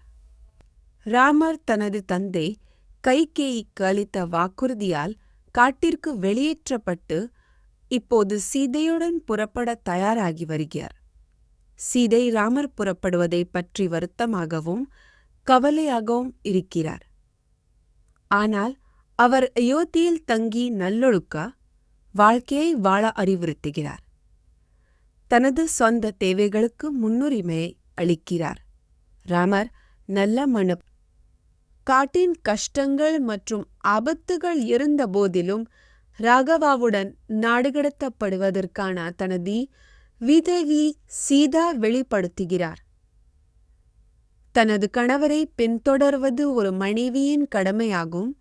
வெகு தூரம் கூட மேலும் அவருடன் காட்டில் வசிப்பதில் மகிழ்ச்சியாக இருப்பதாகவும் கடுமையான நடைமுறைகளை செய்வதாகவும் அவரது தேவைகளை பராமரிப்பதாகவும் சீதையை காட்டிற்கு அழைத்துச் செல்வதை தடுக்க முயன்ற ராமர் காட்டு விலங்குகளின் ஆபத்துகள், சாதகமற்ற காலநிலை மற்றும் உணவு மற்றும் தண்ணீரை கண்டுபிடிப்பதில் உள்ள சிரமங்கள் உள்ளிட்ட அதன் கஷ்டங்களை விவரிக்கிறார். காட்டில் வசிப்பவர்களுக்கு காத்திருக்கும் பல துயரங்களை மேற்கோள் காட்டி, ராமரின் மனைவி சீதை காட்டில் அவருடன் சேர ஆர்வமாக உள்ளார். தனது கணவருடன் இருப்பது தனக்கு பாதுகாப்பையும் மகிழ்ச்சியையும் தரும் என்று அவள் நம்புகிறாள். காட்டில் வாழ்வதன் கஷ்டங்களை அறிந்திருந்தாலும் ராமர் தனது பக்கத்திலேயே இருப்பதால் அவற்றை தாங்க முடியும் என்று சீதை தன்னை நம்புகிறாள். ராமரை தன்னுடன் அழைத்துச் செல்லுமாறு சீதை ராமரை பின்தொடர்ந்து நாடு கடத்தப்பட வேண்டும் என்ற உறுதியுடன் தனது பிரிவினைக்கு வருத்தம் தெரிவிக்கிறாள். மேலும் அவள் இல்லாமல் வெளியேற வேண்டாம் என்று அவனிடம் கெஞ்சுகிறாள். அவள் கஷ்டங்களை தாங்க முன்வந்து காட்டில் அவருக்கு ஒரு பல ஆதாரமாக வைத்திருப்பேன் என்று உறுதியளிக்கிறாள். அவளுடைய பக்தியால் ஈர்க்கப்பட்ட ராமர் லட்சுமணன் காட்டில் ஏற்றி ராமருடன் நாடு கடத்தப்பட விரும்புகிறார். ராமரின் அரண்மனைக்கு அழைக்கப்பட்ட சுஜஸ்னா என்ற பிராமணரை லட்சுமணன் சந்திக்கிறார். ராமர் அவருக்கு பரிசுகளை வழங்கி பல்வேறு பிராமணர்கள் மற்றும் அவர்களை சார்ந்தவர்களின் செல்வத்தை விநியோகிக்குமாறு லட்சுமணனிடம் கேட்கிறார். லட்சுமணனிடங்கள் பசுக்கள் மற்றும் நகைகள் உட்பட செல்வத்தை விநியோகிக்கிறார். ராமர் சீதை மற்றும் லட்சுமணனுடன் அயோத்தியில் தனது தந்தை தசரதனை சந்திக்க புறப்படுகிறார். ராமர் புறப்பட்டதால் நகர மக்கள் துக்கமடைந்துள்ளனர். ஆனால் அவர் அமைதியாக இருக்கிறார். அரண்மனையில் ராமர் மன உளைச்சலுக்கு ஆளான சுமந்திராவை சந்தித்து அவர் வந்ததை தங்கள் தந்தைக்கு தெரிவிக்குமாறு அறிவுறுத்துகிறார். ராமர் தனது சகோதரர் லட்சுமணன் மற்றும் சீதையுடன் கைகேயின் விருப்பப்படி அவர்கள் காட்டிற்கு புறப்படுவார்கள் என்று அவர்களின் முடிவெடுத்தவர்கள் காட்டிற்கு புறப்படுவார்கள் என அவர்களின் தந்தை மன்னர் தசரதரிடம் தெரிவிக்கிறார். அதன் பிறகு அவர் திரும்பி வருவார். மன்னர் தசரதனை கைவிட்டு ராமருக்கு பதிலாக தனது மகன் பரதனை அரசராக அமர்த்த முயற்சித்ததற்காக கைகேயை சுமந்திரன் திட்டுகிறார்.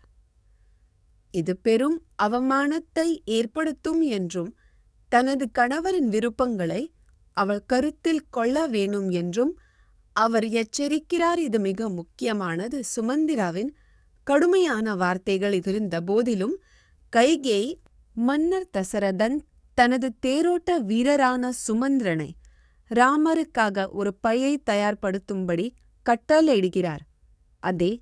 ராமரை நாடு கடத்த முடிவை கைகேயி எதிர்க்கிறார். இதே போன்ற நடத்தைக்காக மன்னர் சாகரா தனது மகன் அசமெஞ்சாவை வெளியேற்றிய முந்தைய உதாரணத்தை மேற்கோள் காட்டுகிறார். இருப்பினும் சித்தார்த்தின் புத்திசாலித்தனமான ஆலோசனை கைகேயின் வேண்டுகோளின் பேரில் ராமர் தனது அரச உடையை கைவிட்டு ஒரு துறவி ஆடையை அணிந்து கொள்கிறார். அவரது மனைவி சீதாவும் இதே போன்ற ஆடையை அணியும்படி கேட்கப்படுகிறார். இது அவளுக்கு துயரத்தையும் அவமானத்தையும், ஏனெனில் அவர் தனது சிம்மாசனத்தை ஆக்கிரமித்து அவருடன் ஆட்சி செய்வார். சீதை ஒரு துறவி மாறுவேடத்தில் இருக்கும்போது ராமரின் தந்தை தசரதன் கோபமடைகிறார். அவர் வாழ்க்கை நல்லொழுக்கம் மற்றும் புகழ்மிதான் அனைத்து மரியாதையையும் விலக்குகிறார். மேலும் ராமரை வசதியாக காட்டிற்கு நாடு கடத்த வேண்டும் என்ற கோரிக்கைக்காக தனது மனைவி கைகேயியை கண்டிக்கிறார். அதற்கு பதிலாக அவர் குறைந்தபட்ச உணவுகளுடன் தன்னுடன் வரவேண்டும் என்று துக்கத்தில் மூழ்கிய மன்னர் தசரதன் ராமரை நாடு கடத்தியது தனது கடந்த கால மீறல்களுக்கான ராமரை நாடு கடத்துமாறு சுமந்திராவுக்கு உத்தரவிட்டார். சீதையின் பயணத்திற்கு ஆபரணங்களை வழங்கினார். இதற்கிடையில் கௌசல்யா சீதையை ராமருக்கு விசுவாசமாக இருக்க ஊக்குவிக்கிறார். ராமர், சீதை மற்றும் லட்சுமணன் ஆகியோர் அயோத்தியில் தங்கள் குடும்ப உறுப்பினர்களிடம் விடை பெற்றனர். ராமரின் தாயார் கௌகல்யா உட்பட தத்தத்த மனுஷர்களும் நாடுகடத்தப்படுவதற்கு முன்பு ராகவா புறப்பட்டதற்கு மயங்கி விழுந்தார்.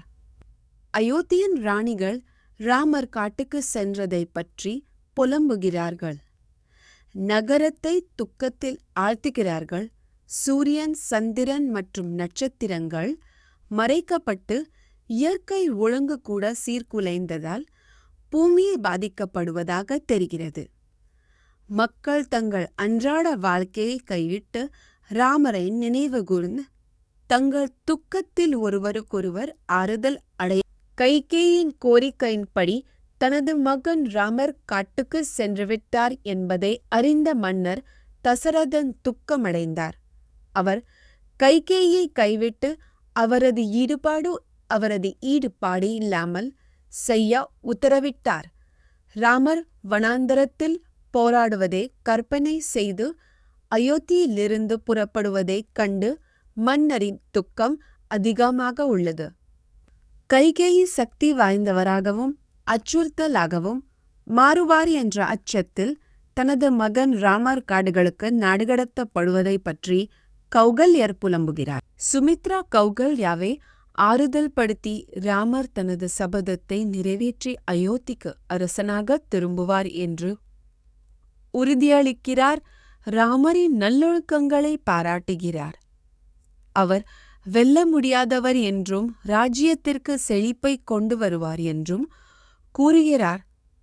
சுமித்ரா கௌகல்யரை ராமரின் நல்லொழுக்கத்தில் நம்பிக்கை வைக்க ஊக்குவிக்கிறார். விரைவில் அவர் திரும்பி ராமர், சீதை மற்றும் லட்சுமணனுடன் நாடுகடத்தப்பட்ட பிறகு காட்டிற்கு செல்கிறார். அயோத்தியில் உள்ள மக்கள், வயதான பிராமணர்கள் உட்பட அவரை பின்தொடர்ந்து அவரை விட்டு வெளியேற வேண்டாம் என்று கெஞ்சுகிறார்கள். ராமர் அவர்களின் கண்ணீரால் நகர்த்தப்பட்டு அவர்களிடமிருந்து பிரிந்து செல்வது என்ற எண்ணத்தை தாங்க முடியாமல் ராமரும் சீதையும் தாமசா ஆற்றின் கரையில் தங்கள் முதல் இரவை கழித்தனர். மறுநாள் காலையில் ராமர் புறப்பட விரும்பினார். ஆனால் காட்டை நோக்கி வடக்கே செல்வதாக பாசாங்கு செய்து அயோத்திய குடிமக்களை ஏமாற்ற முடிவு செய்தார். தங்கள் உண்மையான இலக்கை மறைப்பதற்காக திரும்பிச் செல்வதற்கு முன்பு சிறிது நேரம் வடக்கே வாகனம் ஓட்டும்படி தனது தேரோட்டக்கார் ராகவா ராமர் நாடுகடத்தப்பட்ட போது அயோத்திய குடிமக்கள் பேரழிவிற்கு ஆளானார்கள். அவர்கள் அவரை தேடினர், ஆனால் பலனளிக்கவில்லை. துக்கத்தில் மூழ்கி தற்கொலை செய்து கொள்வதாகவோ அல்லது நகரத்தை விட்டு வெளியேறுவதாகவோ நினைத்தனர். தலதி சொற்களில் உள்ள உரையின் சுருக்கம் இங்கே ராமர் நாடுகடத்தப்பட்டதால் அயோத்தியில் உள்ள பெண்கள் பேரழிவிற்கு ஆளாகின்றனர். ராமர் இல்லாமல் தங்கள் செல்வம் மற்றும் வசதிகளின் பயனை கேள்வி கேட்டு அவர்கள் புலம்புகிறார்கள், அழுகிறார்கள். ராமர் இல்லாமல் எல்லாமே காட்டில் ராமரை பின்பற்றுமாறு அவர்கள் தங்கள் கண்களை ராமர் ஒரு வளமான பிராந்தியத்தின் வழியாக பயணம் செய்கிறார். கிராமவாசிகள் தன்னை நாடுகடத்த தனது முடிவை விமர்சிக்கிறார்கள். அவர் பல ஆறுகளை கடந்து புதிய நிலங்களுக்குள் நுழைகிறார். தனது பெற்றோருடன் வேட்டையாடுவதை நினைவுபடுத்துகிறார். ராமர் சரிவு காட்டில் எதிர்கால வேட்டைக்கான இயக்கத்தை வெளிப்படுத்துகிறார். இது ராஜர்ஷிகளின் பொழுது. ராமர் கோகலாவில் தனது சகோதரர் லட்சுமணனை சந்தித்த பிறகு அயோத்திக்கு செல்கிறார். அவர்கள் சிருங்கவேரபுரத்திற்கு அருகிலுள்ள கங்கை நதிக்கு வருவதற்கு முன்பு வளமான மற்றும் அழகானதாக விவரிக்கப்படும் நகரத்தின் வழியாக செல்கிறார்கள். ராமர் நாள் முழுவதும் ஓய்வெடுக்க முடிவு செய்து குஹா என்ற மன்னரை சந்திக்கிறார். அவருக்கு உணவும் தங்கும் வழங்கும். அவரது சகோதரர் ராமர் சீதாவுடன் தரையில் படுத்துக் கொண்டிருக்கும்போது அவர்களின் பாதுகாப்பு குறித்து அஞ்சியதால் லட்சுமணன் தூங்க விரும்பவில்லை. அவர்களின் தந்தையின் நாடுகடத்தல் விரைவில் அவரது மரணத்தில் ராஜ்யத்தின் அழிவுக்கும் வழிவகுக்கும் என்று அவர் புலம்புகிறார். குஹா லட்சுமணனை ஆறுதல் படுத்த முயற்சிக்கிறார். சீதாவும் அவரது சகோதரர் லட்சுமணன் சீதாவுடன் சேர்ந்து காட்டில் தங்களில் தாமரின் தேரோட்டக்காரரான சுமந்தர் அயோத்திக்கு திரும்பிச் சென்று அவர்கள் தொலைதூர நிலத்தில் அறக்காட்டுகிறதை தொடர்கிறார். தன்னை கண்டறிவதிலிருந்து தற்காத்துக் கொள்வதற்காக ராமர் தனது தலைமுடியை கட்டப்பட்ட பூட்டுகளில் வெட்டி ஒரு துறவிய கட்டப்பட்ட பூட்டுகளில் ராமர் லட்சுமணை நாடுகடத்தல் மற்றும் அவர்களின் குடும்பங்களுக்கு ஏற்படும் விளைவுகள் குறித்து உரையாற்றுகிறார். கைகேயின் செல்வாக்கு அவரது தாயார் கௌசல்யாவுக்கு மேலும் துன்பத்தை ஏற்படுத்தும் என்ற நகலத்தலுக்கு வைகேயின் செல்வாக்கு அவரது தாயார் கௌசல்யாவுக்கு மேலும் துன்பத்தை ஏற்படுத்தும் என்று அவர் அஞ்சுகிறார். பின்னர் ராமரும் அவரது தோழர்களும் பிரயாகாவுக்கு வந்து அங்கு அவர்கள் துறவி பரத்வாஜாவை சந்திக்கிறார்கள். ராமரை சந்தித்த பிறகு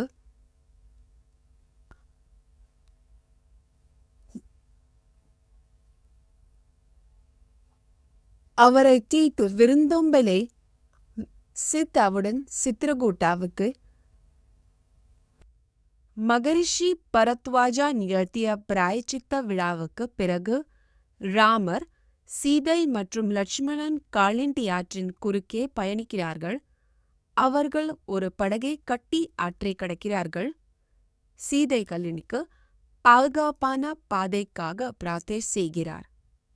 ராமர் லட்சுமணன் மற்றும் சீதை ஆகியோர் சித்திரகூடாவுக்கு வந்து அங்கு குடியேற முடிவு செய்கிறார்கள். ராமர் லட்சுமணனுக்கு ஒரு வசிப்பிடத்தை கட்டி வழிபாட்டிற்காக உணவை வாங்கும்படி அறிவுறுத்துகிறார். ஹைஷோ சொர்த்த சொருணி சொர்க்கம். இங்கே சீதையுடன் புறப்பட்ட ராமரால் அனுப்பப்பட்ட பின்னர் சுமந்திரா அயோத்திக்கு திரும்புகிறார். வந்தவுடன் சுமந்திரா நகரம் துக்கத்தில் இருப்பதைக் கண்டு ராமரின் புறப்பாடு மக்களிடையேயும் ராணி கௌசல்யரிடமும் மிகுந்த வருத்தத்தை ஏற்படுத்தியுள்ளது என்பதை காட்டில் இருந்து வெளியேற்றப்பட்ட பிறகு ராமரின் நிலை குறித்து முன்னர் தேரோட்ட வீரரான சுமந்திரனிடம் கேள்வி எழுப்புகிறார். ராமர் லட்சுமணன் மற்றும் சீதை ஆகியோர் தங்கள் கடினமான சூழ்நிலைகள் இருந்த போதிலும் தங்கள் கடமைகளையும் அதிப்புகளையும் கடைபிடித்து எப்படி கஷ்டத்தில் வாழ்கிறார்கள். தனது மகன் ராமர் நாடுகடத்தப்பட்டதை அறிந்த அயோத்திய மன்னன் துக்கத்தில் மூழ்கிவிடுகிறான். மரங்கள் வாடி ஆறுகள் வறண்டு விலங்குகள் சோம்பேறித்தனமாக இருப்பதால் ராஜ்யம் துக்கத்தில் உள்ளது. ராமரின் இழப்பை பற்றி புலம்பும் மன்னன் அவர் இல்லாமல் வாழ்வல் என்ற எண்ணத்தை தாங்க முடியவில்லை. இறுதியில் அவர் துக்கத்தில் சரிந்து அவரது மனைவி துக்கத்தில் மூழ்கிய கௌசல்யா காட்டில் உள்ள ராமரின் இருப்பிடத்திற்கு அவளை அழைத்துச் செல்லுமாறு தேரோட்டக்காரரிடம் கெஞ்சுகிறாள். சீதையும் லட்சுமணனும் ராமருடன் மகிழ்ச்சியாக வாழ்கிறார்கள் என்றும் வைதேகி வீட்டிலிருந்து விலகி வாழ்க்கையை நன்கு சரி செய்கிறார் என்றும் தேரோட்டக்காரர் அவளுக்கு உறுதி அளிக்கிறார். இந்த வார்த்தைகளால் நம்பப்பட்ட கௌசல்யா சிறிது நேரம் தங்கள் மகனின் துன்பம் மற்றும் ராஜ்யத்தின் வீழ்ச்சி உட்பட ராமரை வெளியேற்றியதன் விளைவுகள் குறித்து தனது கணவர் தசரதரிடம் காகல்யர் புலம்புகிறார். ராமரின் நீதி அவரது சக்தி வாய்ந்த இயல்பு மற்றும் தார்மீக கொள்கைகளை பின்பற்றுவதை மேற்கோள் காட்டி, ஏற்கனவே மற்றொருவர் அனுபவித்து வரும் ஒரு ராஜ்யத்தை ஏற்றுக்கொள்ள அனுமதிக்காது ராமர் நாடுகடத்தப்பட்டதைக் கண்டு துக்கமடைந்த மன்னர் தனது மனைவி கௌகல்யாவிடம் தனது துயரத்திற்கு மன்னிப்பு கேட்டு உரையாற்றுகிறார். அவள் அவரை மன்னிக்கிறாள். ஒரு பெண்ணின் கடமை தனது கணவருக்கு அர்ப்பணிப்பாக இருக்க வேண்டும்.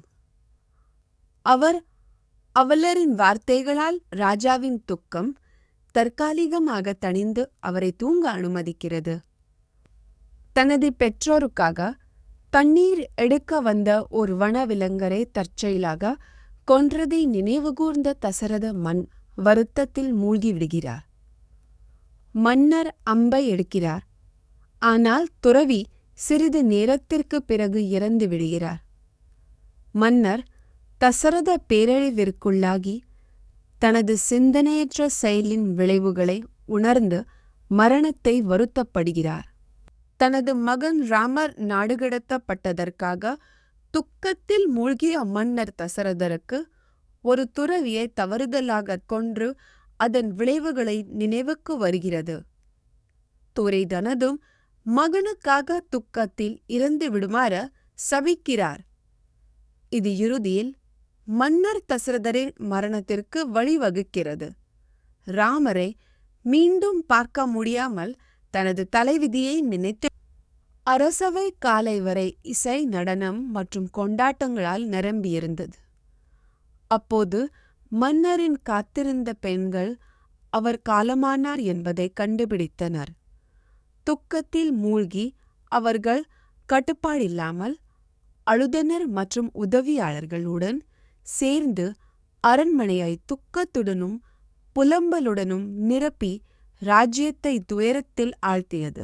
கைகேயின் கொடுமை மன்னர் தசரதன் சொர்க்கத்திற்கு ஏறுவதற்கும் ராமர் நாடுகடத்தப்படுவதற்கும் வழிவகுத்தது. ராகவ வம்சத்தை கைகேயி அழித்ததாக குற்றம் சாட்டி காகல்யா மனம் உடைந்தார். அயோத்தி நகரம் துக்கத்தால் நிரம்பியுள்ளது. மனைவிகள் தங்கள் இளைய கைகேயின் பங்கைக் கண்டிக்கிறார்கள். அயோத்தியின் ஆலோசகர்கள் ராஜ்யத்தின் நெருக்கடியை பற்றி விவாதிக்க அரச பூசாரி வசிஷ்டாவுடன் கூடுகிறார்கள். ஒரு ராஜு இல்லாமல் சமூக ஒழுங்கு உடைந்து குழப்பம் ஏற்படுகிறது என்று அவர்கள் வாதிடுகிறார்கள். ராஜ்யத்திற்கு ஸ்திரத்தன்மையும் ஒழுக்கத்தையும் மீட்டெடுக்க இஷ்வாக்கு சந்தையினரிடமிருந்து வசிஷ்டாவை அவர்கள் வலியுறுத்துகிறார்கள். வசிஷ்டா பரதினியும் அவரது சகோதரர் சத்ருகனாவையும் அவர்களின் மாமாவின் வீட்டில் இருந்து அழைத்து வர தூதர்களை அனுப்புகிறார். சித்தார்த்தா, விஜயா, ஜெயந்தா மற்றும் அகோகானந்தனா ஆகியோரின் தலைமையில் தூதர்கள் பல்வேறு பிராந்தியங்கள் வழியாக பயணம் செய்து ஆறுகள் மற்றும் மலைகளை கடந்து கிரிவராஜாவை அடைகிறார்கள். அங்கு அவர்கள் சிம்மாசனத்தை எடுக்க பாரதத்தை வற்புறுத்த திட்டமிட்டு பாரதனுக்கு ஒரு குழப்பமான கனவு உள்ளது. அதில் அவர் தனது தந்தை ராமர் பல்வேறு வழிகளில் இறப்பதையோ அல்லது காயமடைந்ததையோ பார்க்கிறார். அவர் துக்கமடைந்துள்ளார். மேலும் அவரது நண்பர்களிலேயோ பிரவருகிறார். அவர்களின் மறைவி மரணத்தை சந்திப்பார் என்று அஞ்சுகிறார். அவரது தொண்டை வறண்டுவிட்டது. வாழ்க்கை அர்த்தியத்தை கைகேயின் மகன் பரதன் ஒரு நெருக்கடியான விஷயம் காரணமாக அயோத்திக்கு புறப்படுமாறு தூதர்களால் வலியுறுத்தப்படுகிறார். மன்னர் கேகயா உட்பரிவர் அயோத்திக்கு அவரது வலியுறுத்தப்படுகிறார். மன்னர் கேகயா உட்பட சபை உறுப்பினர்களை வளர்ந்தன் சத்ருகனாவுடன் புறப்படுகிறார். அதைத் தொடர்ந்து 100 ராமனின் மகன் பரதன் நீண்ட பயணத்திற்கு பிறகு அயோத்திக்கு திரும்புகிறான். நகரத்தின் பாலத நிலையையும் அதிர்ஷ்டத்தின் அறிகுறிகளையும் கண்டு அதிர்ச்சியடைகிறான். நகரம் காலியாக உள்ளது. வீடுகள் அழிக்கப்படவில்லை. குடிமக்கள் உண்ணாவிரதம் உள்ளன. கோயில்கள் புறக்கணிக்கப்படுகின்ற ஏதோ தவறு இருப்பதை பரதன் தனது தந்தை தசரதன் இறந்துவிட்டதைக் கண்டு வீட்டிற்கு திரும்பி செல்கிறான். அவனுடைய தாயார் கைகே அரசன் நாடுகடத்தப்பட்டதாகவும் பரதின் சகோதரர் ராமர் சீதை மற்றும் லட்சுமணனுடன் நாடுகடத்தப்பட்டதாகவும் விளக்குகிற தனது துக்கத்தில் மூழ்கி தனது தந்தையின் இறுதி தருணங்களைப் பற்றி தனக்கு ஏன் தெரிவிக்கப்படவில்லை என்பதை அறிய கோருகிறார். சல்ஹேஷோகி சொற்களின் சுருக்கமான சுருக்கம் இங்கே தனது தந்தையின் மரணம் மற்றும் சகோதரர் ராமர் நாடுகடத்தப்பட்டதைக் கண்டு துக்கமடைந்த பரதன் கைகேயை திட்டுகிறான். தனது சுயநல ஆசைகள் மூலம் குடும்பத்திற்கு அழிவை ஏற்படுத்தியதாக குற்றம் சாட்டுகிறான். கைகேயின் விருப்பத்தை நிறைவேற்றி தானே ராஜாவாக மாறுவதை விட தனது தாயின் ராமர் நாடுகடத்தப்பட்டதிலும் அவரது சொந்த விதியிலும் அவரது பங்கு குறித்து தனது தாயார் கைகேயை பரதன் கண்டிக்கிறார். அவர் கொலை செய்ததாகவும் அவர்களின் குடும்பத்திற்கு அவமானத்தை ஏற்புக்குள் நுழைவதன் மூலமோ அல்லது காட்டில் மூழ்குவதன் செய்கிறார். அதே நேரத்தில் கைகேயை நெருப்புக்குள் நுழைவதன் மூலமோ அல்லது காட்டில் மூழ்குவதன் மூலமோ துல்லத வாழ்க்கைக்கு கண்டனம் ராமர் நாடுகடத்தப்பட்டதால் பேரழிவிற்குள்ளான தனது தாயார் காக்காலியாவை பாரதர் சந்திக்கிறார். காக்காலியரின் குற்றச்சாட்டுகளுக்கு எதிராக பாரதர் தன்னை தற்காத்துக் கொள்கிறார். ராமர் நாடுகடத்தப்படுவதை அங்கீகரித்தவர்களை சபிக்கிறார். அவர்கள் மீது அவர் விரும்பும் பல தண்டனைகளை பட்டியலிடுகிறார். இறுதியில் துக்கத்தில் மூழ்கி பரதர் தரையில் தனது தந்தையின் மரணத்திற்கு துக்கத்துடன் துக்கப்படுகிறார். வசிஷ்ட முனிவர் அவருக்கு இறுதி சடங்குகளை செய்யுமாறு அறிவுறுத்துகிறார். பரத் அவரது மனையை பின்பற்றுகிறார். மேலும் சடங்குகள் மிகுந்த சடங்குகளுடன் மேற்கொள்ளப்படுகின்றன. ராஜாவின் உடல் தகனம் செய்யப்படுகிறது. மேலும் அவரது மனைவிகளும் உதவியாளர்களும் பண்டைய தகனத்திற்கு பிறகு பரத் தனது தந்தையின் மறைவுக்கு இரங்கல் தெரிவிக்கிறார் மற்றும் வழிகாட்டுதலுக்காக கெஞ்சுகிறார். வசிஷ்டர் தனது தந்தையின் எலும்புகளை சேகரித்து சடங்கை முடிக்க நினைவூட்டுகிறார்.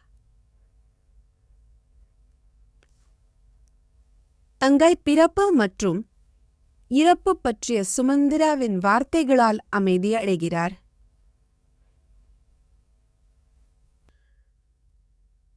சல்ஜி சொற்களில் உள்ள உரையின் சுருக்கம் இங்கே ராமர் நாடு கடத்தப்பட்டதைக் கண்டு துக்கம் அடைந்த பரதன் தனது சகோதர சத்ருகனாவுடன் பேசுகிறான். அவர் கைகேயி என்ற கூம்பு ஆதரவு வேலைக்கார பெண் தோன்றும்போது கோபப்படுகிறார். சத்ருக்னா அவளை தாக்குகிறார். ஆனால் பரதயிட்ட தனது தந்தையின் மரணத்திற்கு பிறகு பாரதருக்கு சிம்மாசனம் வழங்கப்படுகிறது. ஆனால் அவர் தனது மூத்த சகோதரர் ராமரை அரசராக வேண்டும் என்று வலியுறுத்தி மறுத்துவிடுகிறார். அவர் ராமரை நாடு கடத்தப்பட்டதிலிருந்து மீண்டும் அழைத்து வந்து அவரது இடத்தில் ஆட்சி செய்வதாக சபதம் செய்கிறார்.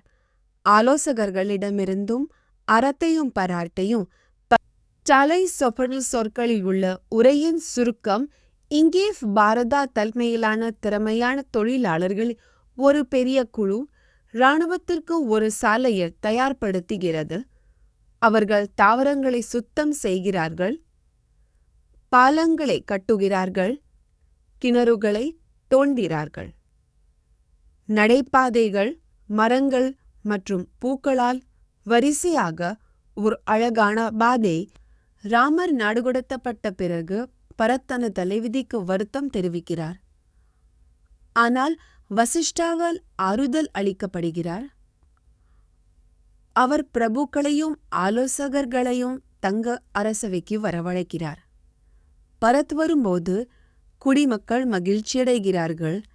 மேலும் அரசவை அதன் முந்தைய புகழை ராமருடன் ஒத்திருக்கிறது. காட்சி ஆடம்பரம் மற்றும் துக்கத்தில் மூழ்கிய பரதன் ராமரை பின்தொடர்ந்து நாடு கடத்தப் போவதாக அறிவிக்கிறான்.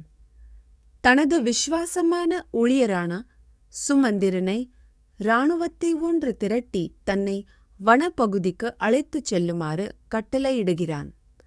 ராமருடன் சேர ஏறவேன்ற பாரதனின் முடிவைக் கண்டு அரசவை உறுப்பினர்கள் மற்றும் தளபதிகள் உட்பட ஒட்டுமொத்த சபையும் மகிழ்ச்சியில் வெடித்துச் சிதறுகிறது.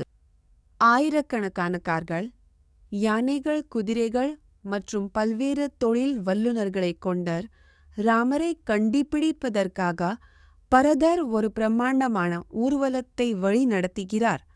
அவர்கள் சிருங்கவேரபுரத்திற்கு அருகிலுள்ள கங்கை நதிக்கு வருகிறார்கள். அங்கு அவர்கள் இரவு தங்குகிறார்கள். ஆற்றை கடக்க திட்டமிட்டு நாளை தனது நிஷாத மன்னன் குஹா ஒரு பெரிய இராணுவத்துடன் பாரதரின் வருகையை எதிர்பார்த்து கங்கை நதிக்கரையில் அவர்களுக்கு எதிராக தற்காத்துக் கொள்ள தனது படைகளை தனது ஆதரவாளர்களுக்கும் இளைஞருக்கு தயாராக எதிர்க்க தயாராக இருக்க வேண்டும் என்று குஹா பாரதத்தை அணுகி ராமர் இருக்கும் இடத்தை பற்றிய தகவல்களை தாசோடகி சொற்களில் உள்ள உரையின் சுருக்கம் இங்கேதான். ராமருக்கு எந்த தீங்கும் செய்யவில்லை என்றும் நாடுகடத்தப்பட்டதில் இருந்து அவரை திரும்ப அழைத்து பரதன் தன்னலமற்ற தன்மையை குஹா பாராட்டுகிறார். ஆனால் அவர்களின் உரையாடல் இரவு நேரத்தால் தடைப்படுகிறது. பரதன் நாடுகடத்தப்பட்ட தனது சகோதரனின் தலைவிதியை பற்றி கவலைப்படும் ராமரிடம் லட்சுமணன் பக்தியை குஹா விவரிக்கிறார். லட்சுமணன் தங்கள் தந்தையின் உயிரை பரிணியோகித்தலுடன் அயோத்தியின் எதிர்காலத்தை பற்றியும் அஞ்சுகிறார். ஆனால் ராமர் மற்றும் சீதை ஒன்றாக வீடு திரும்பும் வரை அவர்களை பாதுகாப்பதாக சபதம் செய்கிறார். குஹாவின் வழிகாட்டலுடன் அவர்கள் பாகீரதி நதியை கடந்து காட்டில் துக்கத்தில் மூழ்கிய பாரதா தனது சகோதரர் ராமர் இருக்கும் இடத்தை பற்றி குஹாவிடம் கேட்கிறார். ராமர் மற்றும் சீதையின் தேவைகளை அவர் வழங்கியிருக்க லட்சுமணன் இந்திரனைப் போல காவலில் இருக்காமல் க்ஷத்ரிய ஒழுக்கத்தை கடைபிடித்ததாகவும் குஹா விளக்குகிறார். லட்சுமணன் இரவில் இந்திரனைப் போல காவலில் இருந்தார். ராமரோ சீதையோ தரையில் தூங்கிய இடத்திற்கு பரதன் செல்கிறான். ஆடம்பரத்திற்கு பழக்கப்பட்ட அரசனான தனது சகோதரர் பூமியில் படுத்துக் கொள்வார் என்று நம்புவது கடினம். பரதன் ராமரை பின்பற்றி காடுகளில் வாழ முடிவு செய்கிறான். பழங்கள் மற்றும் வேர்களை சார்ந்து வாழ்கிறான். தனது தாய்க்கு அளித்த வாக்குறுதியை மதித்து அவர்களின் மீட்டெடுக்கிறான். கங்கை கரையில் ஒரு இரவுக்கு பிறகு நூற்றுக்கணக்கான படகுகள் மற்றும் படகுகளை பயன்படுத்தி ஆற்றின் குறுக்கே இராணுவத்தை வழிநடத்தும் குஹாவை எழுப்புமாறு ராமம் பாதுகாப்பாக பிரயாகா காடுகளை அடைகிறது. ராமர் ஒரு பிராமணராக மாறு வேடமிட்டு வசிஷ்டருடன் பரத்வாஜரின் ஆசிரமத்திற்கு செல்கிறார். பரத்வாஜர் ராமரை அங்கீகரித்து அவரது நலனை பற்றியும் அயோத்தியின் நலனை பற்றியும் விசாரிக்கிறார்.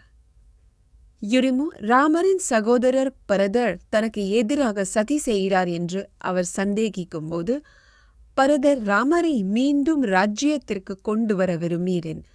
அவர் கைகேயின் மகன் பரதன் துறவி பரத்வாஜாவை சந்தித்து விருந்தோம்புகிறான். உணவு, பானம் மற்றும் பொழுதுபோக்கு உட்பட ஆடம்பரமான விருந்தை வழங்க முனிவர் கடவுள்களை அழைக்கிறார். ஏராளமான வாந்துகள் மற்றும் சிற்றின்ப இன்பங்களுடன் இந்த காட்சி ஒரு பரலோக பார்வையாக மாறுகிறது. இதனால் வீரர்கள் குடிபோதையில் பரத் தனது ஆசிரமத்தில் ஒரு இரவு தங்கிய பிறகு துறவி பரத்வாஜாவை சந்திக்கிறார். பரத் சித்ரகுடா மலையில் ராமரின் இருப்பிடத்திற்கு திசைகளை கேட்கிறார். மேலும் பரத்வாஜாவிடமிருந்து வழிகாட்டுகிறார். கௌகல்யா, சுமித்ரா மற்றும் கைகேயி உள்ளிட்ட ராணி தாய்மார்கள் மனுச்சோருடன் பரத்வாஜாவை அணுகிறார்கள். அதில் தனது சகோதரர் மற்றும் கைகேயி கூட கேட்கிறார். பரத் தனது மாபெரும் இராணுவம் மற்றும் ஆலோசகர்களுடன் ஒரு நீண்ட பயணத்திற்கு பிறகு சித்ரகூட்டா மலைக்கு வருகிறார். காட்டின் அழகை கவனித்து அயோத்தியுடன் ஒப்பிடுகிறார். ராமர் மற்றும் லட்சுமணன் இருப்பதை சந்தேகித்து விசாரணை செய்ய படையினரை அனுப்புகிறார். அவர்கள் புகை கண்டுபிடித்து அது தங்கள் இருப்பை குறிக்கிறார்கள் என்று கருதுகிறார்கள். அழியாதவரே போல தோற்றமளிக்கும் அரசனான ராமர் தனது மனைவி சீதைக்கு சித்ரகூட்டா மலையின் அழகை காட்டுகிறார். அதன் மாறுபட்ட நிறங்கள், ஏராளமான பூக்கள் மற்றும் பழங்கள் மற்றும் படனியற்கை காட்சிகளை அவர் விவரிக்கிறார். துக்கத்திலிருந்து விடுபட்ட சீதா மற்றும் லட்சுமணனுடன் அங்கு வாழ விரும்புகிறேன். ஒரு ராஜாவாக தனது கடமையை நிறைவேற்ற ராமர் சீதைக்கு பூக்களாலும் வனவிலங்குகளாலும் நிரம்பிய அழகான மந்தாகினி நதியை காட்டுகிறார். அவர் அவளை தன்னுடன் குளிக்க அழைக்கிறார். ஆற்றை சராயுடன் ஒப்பிடுகிறார். ராமர் சீதையுடன் இருப்பதில் தனது மகிழ்ச்சியை வெளிப்படுத்துகிறார். அயோத்தி அல்லது அரச குடும்பத்திற்கு திரும்புவதை விட அவளுடன் சித்ரகுடாவில் தங்குவதற்கான வாய்ப்பை வழங்குகிறார். ராமரும் சீதையும் ஒரு ஆற்றின் அருகே ஓய்வெடுக்கும்போது பரதன் தலைமையிலான ஒரு இராணுவம் நெருங்கி வருவதை லட்சுமணன் கண்டுபிடித்தார். அச்சுறுத்தல் குறித்து ராமருக்கு லட்சுமணன் தெரிவிக்கிறார். ஆனால் ராமர் நடவடிக்கை எடுப்பதற்கு முன்பு மேலும் விசாரிக்க உத்தரவிட்டார். பரதர் தங்களை கொல்ல வருகிறார் என்ற செய்தியுடன் லட்சுமணன் திரும்பி வருகிறார். மேலும் ராமர் லட்சுமணனின் கோபத்தை அமைதிப்படுத்தி போர்க்கான தனது விருப்பத்தை ஒதுக்கி வைக்க சொல்கிறார். ஏனெனில் பரதர் எந்த தீய விருப்பமும் இல்லாமல் வந்துவிட்டார். பரதர் மன்னிப்பையும் வீடு திரும்புவதற்கான வழியையும் நாடுகிறார் என்று ராமர் நம்புகிறார். ஆனால் பரதர் உண்மையில் மாறுவேடத்தில் தங்கள் தந்தை தசரதன் என்ற நினைத்தில் லட்சுமணன் வெட்கப்படுகிறார். தனது சகோதரர்களான ராமர் மற்றும் லட்சுமணனை கண்டுபிடிக்கும் ஆவலில் இருந்த பரதன் நிஷாதர்களுடன் காட்டை தேடுவதற்காக படைகளை அனுப்பினார். பின்னர் அவர் ஒரு பெரிய குழுவினருடன் நடந்து சென்று அவர்களை கண்டுபிடிக்கும் வரை எல்லா திசைகளிலும் சுற்றித் திரிந்தார்.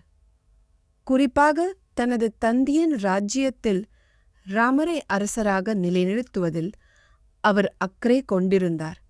தசரதனின் மகன் பரதன் சத்ருகணன் மற்றும் சுமந்திரனுடன் சித்ரகூட்டாவில் உள்ள ரம்னத்ரம்த்ரனே நியாயமான அரசனான ராமர் தனது எத்திலிருந்து நாடு கடத்தப்பட்டு காட்டில் துறவரம் கொண்டு வாழ்க்கையை மேற்கொண்டிருப்பதைக் கண்டு அவர் மிகவும் மகிழ்ச்சியடைகிறார். ஆறுதல் மற்றும் ஆடம்பரத்திற்கு தகுதியான தனது சகோதரருக்கு ஏற்பட்ட துரத்தில் ராமர் தனது தந்தையின் ராஜ்யம் மற்றும் ஆட்சி குறித்து பரதரிடம் கேள்வி கேட்கிறார். அயோத்தியின் நிறைவு கேள்விகளை கேட்கிறார். இதில் குடிமக்கள், பிராமணர்கள் மற்றும் போர் வீரர்களின் சிகிச்சை உட்பட ராமர் பாரதத்தின் ஆலோசகர்கள், ஊழியர்கள் மற்றும் ராஜ்யத்தின் பாதுகாப்பு முறைகள் பற்றியும் விசாரிக்கிறார். கைகேயின் மகன் பரதன் ராமரிடம் நாடு கடத்தப்பட்டதை பற்றி கேட்டு அயோத்திக்கு அரசனாக திரும்புமாறு கெஞ்சுகிறான். இருப்பினும் ராமர் தனது தந்தையின் உத்தரவுக்கு எதிராக செயல்பட முடியாது என்றும் தண்டகத்தில் தனது 10 ஆண்டு நாடு கடத்தலை முடிக்கிறார். பரதன் ராமரின் காலடியில் விழுந்து ராஜ்யத்தை ஏற்றுக்கொள்ளுமாறு கெஞ்சுகிறான். ஆனால் ராமரை விட இளையவர் என்பதால் அருநெறி தனக்கு பொருந்தாது என்று பரதன் ராமரிடம் கூறுகிறார். அயோத்திக்கு திரும்பி வந்து சிம்மாசனத்தை ஏற்குமாறு அவர் ராமரை வலியுறுத்துகிறார். அவர்களின் மூதாதையர்களின் பாரம்பரியத்தை ஒடுங்கிரவிக்கிறார். பரதர் முன்பு சத்ருகண்டா ஐயாக்கு தண்ணீராவிக்கு தண்ணீரை வழங்கியிருந்தார்.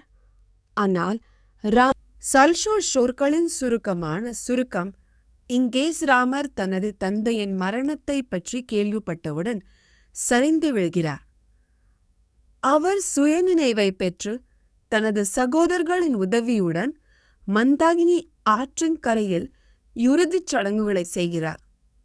இராணுவம் உட்பட மக்கள் சம்பவ இடத்திற்கு விரைந்து வந்து ராமருக்கு மறைவுக்கு சலசலப்பை வசிஷ்டர் தசரதரின் மனைவிகளுடன் ராமரின் ஆசிரமத்தை அணுகினார்.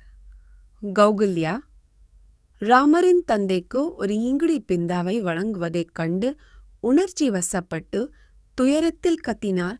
சுமித்ரா உட்பட ராமரின் தாய்மார்கள் தங்கள் மகனை பார்த்து மயங்கினர். ஆனால் அவரது தொடுதலால் ஆறுதல் அடைந்தனர்.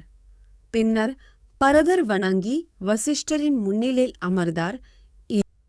பரதன் ராமனை ஆறுதல் படுத்தி ராஜ்யத்தை ஏற்றுக்கொண்டு புத்திசாலித்தனமாக ஆட்சி செய்யுமாறு வற்புலனால் நகர்த்த முடியாத ஒரு வலிமையான மரத்துடன் வரத்துடன் ஒப்பிடுகிறான். ராமர் பரதனின் வார்த்தைகளை நிராகரிக்கிறார். வாழ்க்கை குறுகியதாகவும் கணிக்க முடியாததாகவும் உள்ளது, மரணம் தவிர்க்க முடியாதது என்றும் விளக்குகிறார். சோர்வடைந்த ஒரு தலைவராக தனது சொந்த நற்பண்புகளையும் திறன்களையும் மேற்கோள் காட்டி காட்டிற்கு செல்ல வேண்டாம் என்று ராமரை வற்புறுத்த பரதன் முயற்சிக்கிறான். ராமரின் கடமை மற்றும் அறநெறி உணர்வுக்கு அவர் வேண்டுகோள் விடுக்கிறார். அவர் சரியான ஆட்சியாளர் என்றும் ராஜ்யத்தை நிர்வகிக்க வேண்டும் என்றும் வலியுறுத்துகிறார். பரதரின் இதயபூர்வமான வேண்டுகோள்கள் இருந்த போதிலும் ராமர் தனது உரிமையான சிம்மாசனத்தை உரிமை கோருமாறு சத்ருக்னா பரதனை ஊக்குவிக்கிறார். மேலும் அவரை வெளியேற்றுவதற்கான வாக்குறுதியிலிருந்து அவர்களின் அமரை விடுவிக்கிறார். தனது திருமண வரதட்சணையின் ஒரு பகுதியாக அவர்களுடைய தாயார் தனக்கும் தங்கள் சகோதரருக்கும் இந்த வரத்தை கோரியதாக அவர் பரதருக்கு நினைவூட்டுகிறார். சத்ருக்னாவின் ஆதரவுடன் பாரதத்தை ராஜாவா சொரஃபோ சொற்களின் சுருக்கமான சுருக்கம் இங்கே பிராமணரான ஜவாலி தனது துறவி வாழ்க்கையை கைவிட்டு அயோத்தி சிம்மாசனத்தை உரிமை கோருமாறு ராமருக்கு அறிவுறுத்துகிறார். குடும்பத்துடனும் சொத்துக்களுடனும் பிணைப்பு என்பது மாயை என்று அவர் வாதிடுகிறார். ஏனெனில் உறவுகள் தற்காலிகமானவை, மக்கள் இறுதியில் தனியாக இறந்து விடுகிறார்கள். ராமர் தனது நாடுகடத்தப்பட்ட சபதத்தை கைவிட வேண்டும் என்ற ஜவாலியின் ஆலோசனையை மறுத்து சத்தியத்தையும் நிலைநிறுத்த வலியுறுத்தினார். அவரது தன்மை வேத கொள்கைகளை கடைபிடிப்பதன் மூலம் வரையறுக்கப்படுகிறார். ஜாவலியின் எச்சரிக்கை வெறும் ஒரு சோதனை என்பதால் தான் அயோத்திக்கு திரும்ப முடியும் என்று வசிஷ்டர் ராமரிடம் கூறுகிறார். வசிஷ்டர் பின்னர் அயோத்தியின் முதல் மன்னரான இஷ்வாக்கு என்பவரிடமிருத்துவது வரியே வசிஷ்டர் ராமரிடம் ஒதுகிறார். முதல் முக்கியத்துவத்தை அவர்களின் மூதாதையர்களின் தார்மீக மரபுகளை நிலைநிறுத்துவதையும் வலியுறுத்துகிறார். வசிஷ்டர் தனது உறவினர்களையும் அரசவை உறுப்பினர்களையும் நல்லொழுக்கத்துடன் பாதுகாக்க வேண்டிய கடமையில் ராமருக்கு அறிவுறுத்துகிறார். ராமர் தனது தந்தையின் கட்டளையை பின்பற்றி தனது சகோதரருடன் நாடுகடத்தப்படுவதில் உறுதியாக இருந்ததால் ராஜாவாக பொறுப்பேற்க பரதரின் வாய்ப்பை நிராகரிக்கிறார். சகோதரர்கள் சில ஆண்டுகளுக்கு திரும்பி வந்து சிம்மாசனத்தை மீட்டெடுக்க ஒப்புக்க மகர்ஷிகளும் பிற புனிதர்களும் ராமரின் நற்பண்புகளை புகழ்ந்து தன்னை நாடுகடத்துவதற்கான ராமரின் முடிவை ஏற்றுக்கொள்ளுமாறு பரதனை வலியுறுத்தினர். ராமரை வெளியேற வேண்டாம் என்று பரதர் கெஞ்சுகிறார். ஆனால் அவர் ஜனிய ஆண்டுகளுக்குப் பிறகு திரும்பி வருவார் என்று அவர்களின் தாயார் கைகேயை பாதுகாக்க அறிவுறுத்துகிறார். ராமர் கண்களில் கண்ணீருடன் பரத்துறவி பரத்வாஜாவை சந்திக்கிறார். அவர் ராமர் சிம்மாசனத்தை விட்டு செல்வதற்கான முடிவை பாராட்டுகிறார். ராமர் அவருக்கு தனது செருப்புகளை எப்படி கொடுத்தார் என்பதை பரதன் விவரிக்கிறார். இது அவரை ராஜ்யத்தை ஆள அனுமதிக்கும். பரத்வாஜாவை சந்தித்து விடுப்பி வெடித்த பிறகு பரத் தனது தந்தை மற்றும் தாய் இல்லாததால் துக்கமடைந்த இதயத்துடன் அயோத்திக்கு திரும்புகிறார். பரதன் அயோத்திக்கு வந்து அது இருட்டாகவும் இருளாகவும் இருப்பதைக் கண்டான். வழக்கமான மகிழ்ச்சியின் ஒலிகளும் கொண்டாட்டங்களும் இல்லை. ராமர் நாடிகளத்தப்பட்டதில் தனது வருத்து வெளிப்படுகிறான். அவ இல்லாமல் நகையும் அழகையும் இழந்துவிட்ட பரதன் இப்போது இறந்துவிட்ட. ராமர் திரும்பி வரும் வரை அயோத்தியாவை ஆட்சி செய்வதாக பரதர் சபதம் செய்கிறார். அதிகாரத்தின் அடையாளமாக தனது செருப்புகளை நிறுவுகிறார். அவர் செருப்புகளை நிறுவுகிறார் மற்றும் ராஜ்யத்தின் பொறுப்பை ஏற்றுக்கொள்கிறார். ஒரு துறவியின் பாத்திரத்தை அணிந்து கொள்கிறார். அதே நேரத்தில் ராமர் தனது கடமைகளை மீட்டெடுக்க காத்திருக்கிறார். சித்திரக்கூட்டாவில் உள்ள துறவிகள் காரா தலைமையிலான ராட்சசர்கள் இருப்பதால் கவலைப்படுகிறார்கள். அவர்களை துன்புறுத்தி கொன்று வருகின்றனர். ஒரு ஆணாதிக்க துறவி ராமரை அவர்களை துன்புறுத்துகிறார். ஆனால் ராமர் தங்க முடிவு செய்கிறார். மீதமுள்ள துறவிகளை பாதுகாப்பதாக உறுதியளிக்கிறார். ராமர், சீதை மற்றும் லட்சுமணன் அத்ரியின் புகலிடத்திற்கு வருகிறார்கள். அங்கு அவர்களை முனிவரும் அவரது மனைவி அனசூயாவும் வரவேற்கிறார்கள். ராமர் சீதையை அனசூயாவுக்கு அறிமுகப்படுத்துகிறார். அவர் நீதியை பின்பற்றுவதன் முக்கியத்துவத்தையும் அர்ப்பணிப்புள்ள மனைவியாக இருப்பதையும் அறிவுறுத்துகிறார். அனசூயா சீதையை தனது உறவினர் மற்றும் பெருமையை விட்டு வெளியேறியதற்காக பாராட்டுகிறார். சீதை தனது கதையை அனசுவிடம் விவரிக்கிறார்.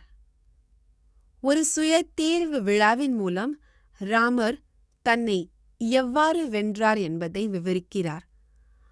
அவர் தனது தந்தை தனகாவுடன் தனது திருமண வாழ்க்கையும் விவரிக்கிறார். சீதையின் கதையை கேட்ட பிறகு அனசூயா மகிழ்ச்சியடைகிறார். சீதைக்கு பரிசுகளை வழங்குகிறார். ராமரிடம் திரும்பிச் செல்லுமாறு கேட்கிறார். அனசூயா என்ற பெண் துறவி ராமரின் மனைவி சீதையை சந்திக்கிறார். அனசூயா தனது கணவரின் மீதான சீதையின் பக்தியால் ஈர்க்கப்பட்டார். மேலும் ஒருவரின் கணவருக்கு சேவை செய்வதன் முக்கியத்துவத்தை பற்றி அவளுக்கு அறிவுறுத்துகிறார். சீதை ஒரு சுய தேர்வு விழாவில் ராமரால் எப்படி வென்றார் என்பதை பற்றிய தனது கதையை விவரிக்கிறார். அங்கு அவரை திருமணம்